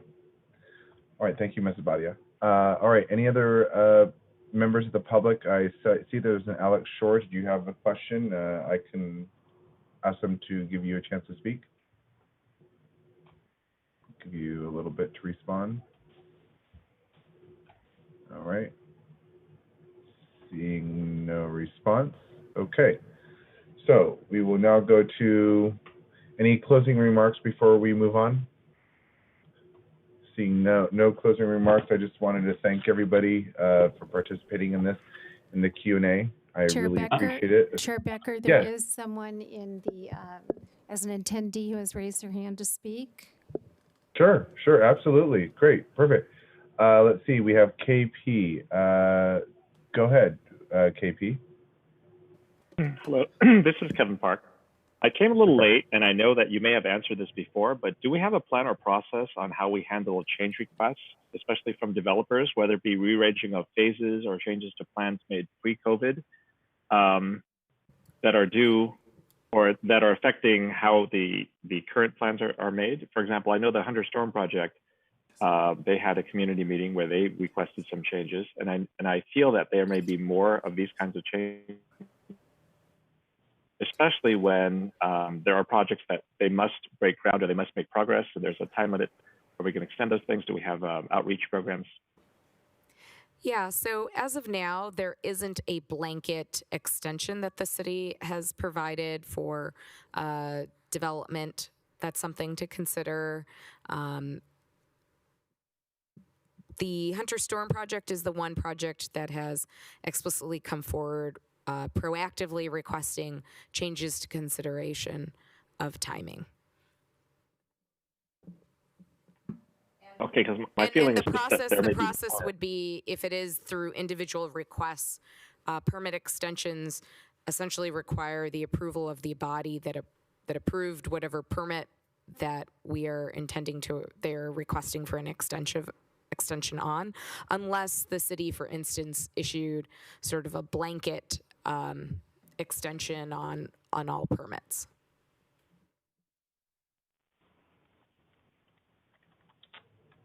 Was that it, Mr. Park? That's all. Thank you very much. Okay, thank you. Okay, any other members of the public, Elizabeth? Anybody else on the line? All right, seeing none, is there a motion to close the public hearing? So moved. Second. All right, we have a motion by Commissioner Cherukuru. We have a second by Commissioner Jane. Whenever you're ready, go ahead and call the vote.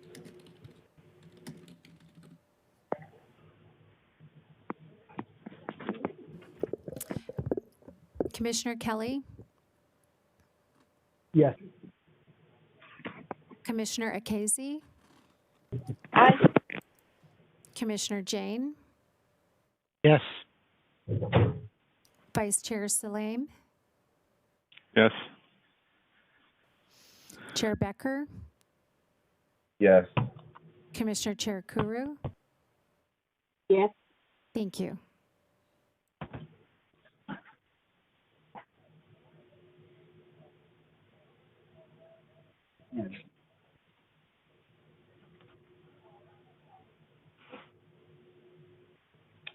And that passes unanimously.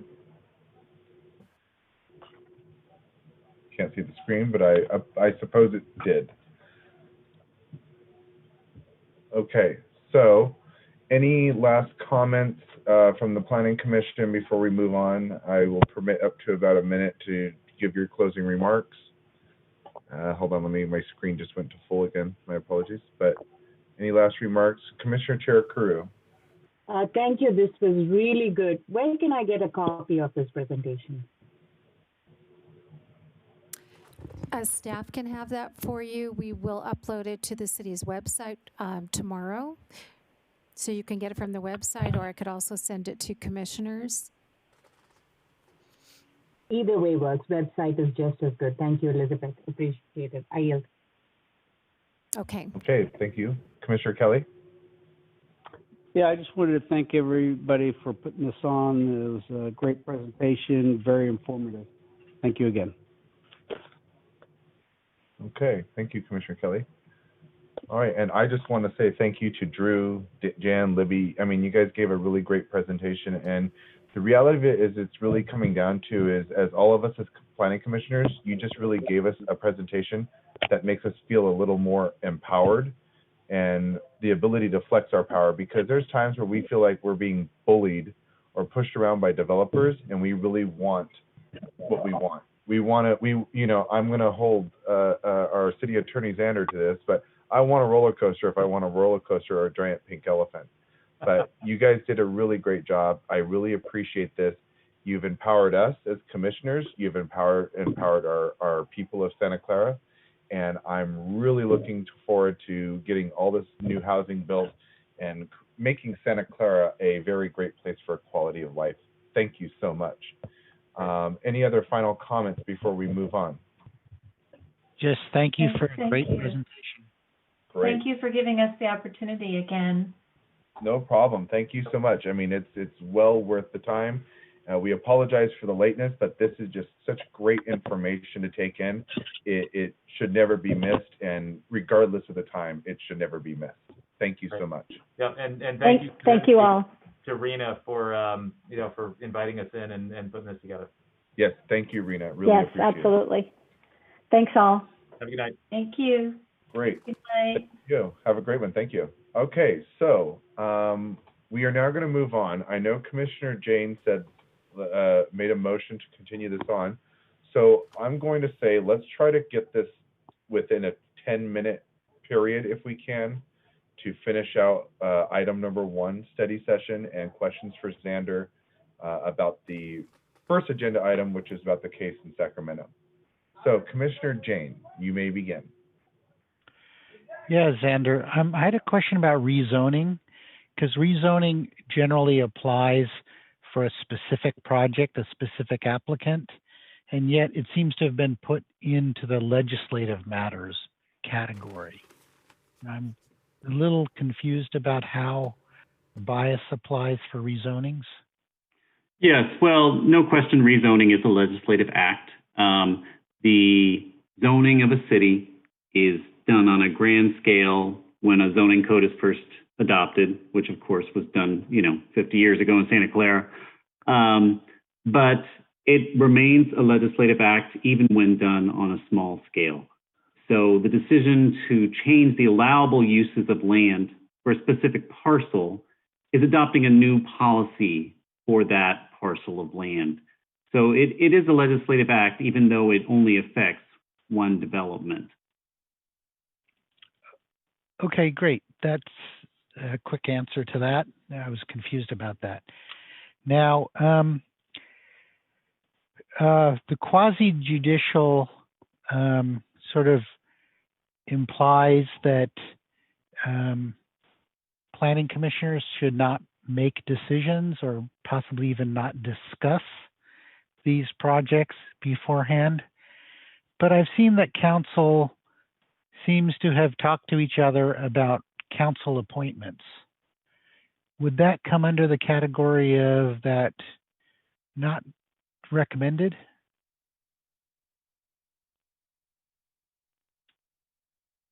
Council appointments. Appointments to commissions or appointments to city council and vacancies? Commissioner, you've thrown me for a loop. I didn't expect a non-land use question tonight.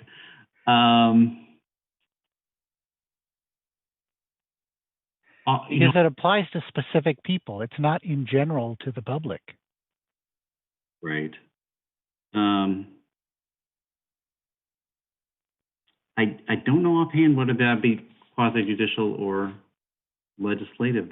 That's a good question. Of course, Brown Act requirements always apply. So of course, yeah. Amongst a quorum.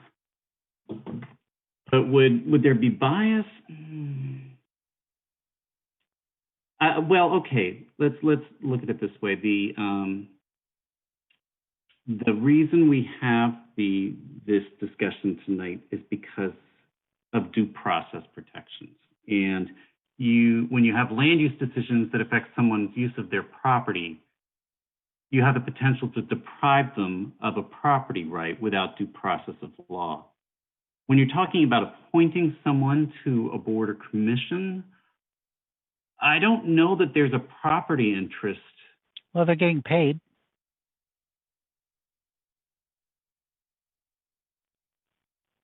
Okay. If you were going to terminate or discipline a public employee, then definitely due process would apply. So arguably, yeah, appointment to a paid position should have due process protections as well. So I would say that while it might be permissible to discuss some pluses or minuses of particular people, it would not be permissible to reach a consensus prior to a public meeting then, if it's about an appointment. So yeah, I guess that would be quasi-judicial then. Thank you. Okay, that's it. Any other commissioners have any other comments? Any other topic? Okay, seeing none, I think we need to, I don't see anyone with their hands up from callers. So let's go ahead and close the public hearing on this before we move on. Motion to close public hearing. All right, we have a motion by Commissioner James. We have a second by Commissioner Cherukuru. And whenever you're ready, Elizabeth, go ahead and call the vote.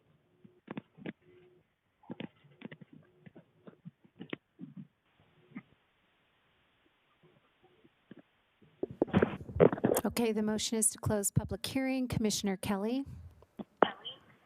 Yes. Commissioner Casey? Yes. Commissioner Jane? Yes. Vice Chair Salame? Yes. Chair Becker? Yes. Commissioner Cherukuru?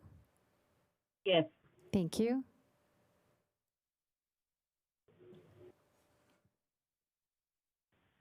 Okay, and that passes 6-0.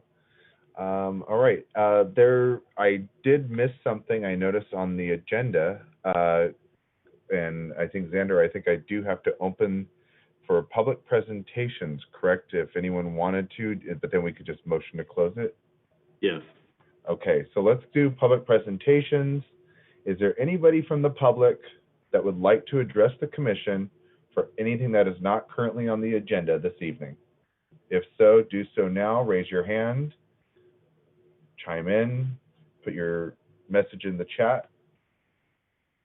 I'm going to give about 20 seconds.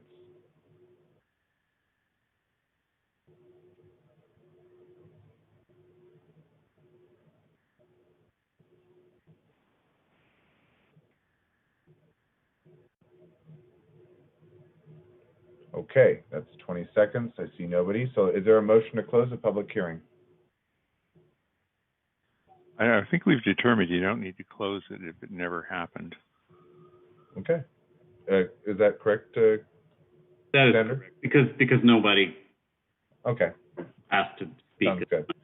Okay, so cool. We are done with that. We're moving on. And reports of commission, board, and liaison. There's announcements and other items. Is there any announcements and other items currently? Any commissioners have announcements? Yes, I do. Commissioner Jane?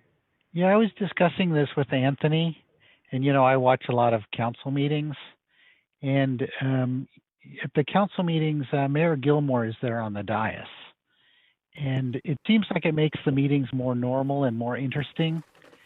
And I think Anthony expressed to me that he would like to be there on the dais. I think it would make the meetings more personable, more interesting. I don't know what the city policy is. This is Rena Brio, planning manager. So I actually talked to Anthony today because we were talking a little bit about this. And a concern that, staff has is, given that we're in a pandemic, really limiting the number of people in the chambers in general is advisable. And I have to say that the Planning Commission participating remotely does very much help this. And I know you're just asking for one individual to be present. I will tell you that we did have an applicant who was really interested in coming into the chambers in person, because they felt like that would be the best way to represent their project. And when they heard that the Planning Commission was all participating remotely, they understood that it was okay for them to participate remotely. And so I just share that with you. We, at our last meeting, this is a study session, we don't have applicants really here or members of the public participating in person, but last meeting, we did have a number of items, and I know you may not see that, but we were toggling individuals in and out of the room to maintain appropriate social distance. And we really are in a situation now where the best thing to do is to not have people present if they don't have to be present. So I'll share that with everyone, because I did share that with one individual, but I just thought, a lot of efforts being made to prevent the spread of the virus. Okay, it just said at the last meeting I saw the mayor there with Dan Winter and his family, and I saw a number of people coming through the council chambers. I can just speak as myself as managing the planning staff and this particular commission, and trying to do that in the safest way possible and sharing that with all of you. Okay, thank you. Okay, thank you, Commissioner Jane. Commissioner Ikezi, announcement and other item? Yeah, no, same topic. I think the staff is already doing a lot by coming in for us.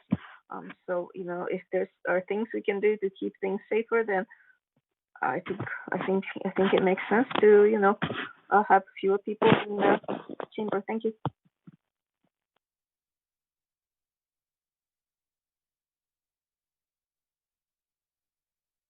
Sorry about that. I kept hitting the mute button by mistake.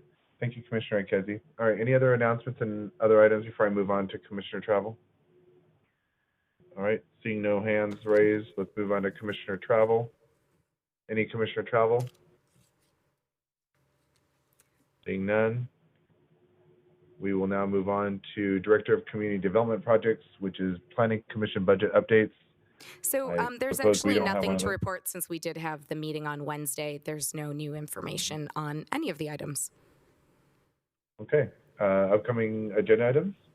I don't have anything yet to share, but our next meeting is mid-July, and we will have the meeting because we do have agenda items, but we're sorting those out right now.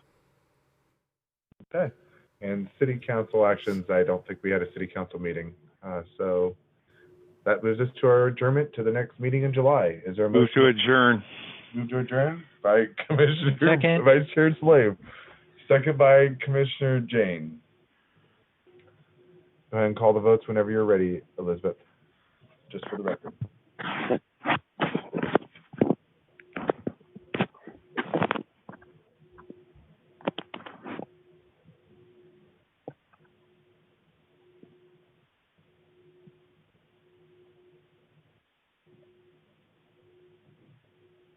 Commissioner Kelly, Yes. Commissioner Casey, Yes, good night. Commissioner Jane, Yes. Vice Chair Salame, Yes. Chair Becker, Yes. Commissioner Cherukuru. Yes, thank you. Thank you. Good night, everyone. All right, that passes Good 6-0. Good night, everybody. Thanks again, staff. Night. Good night. Good night, everyone. Thanks, Xander.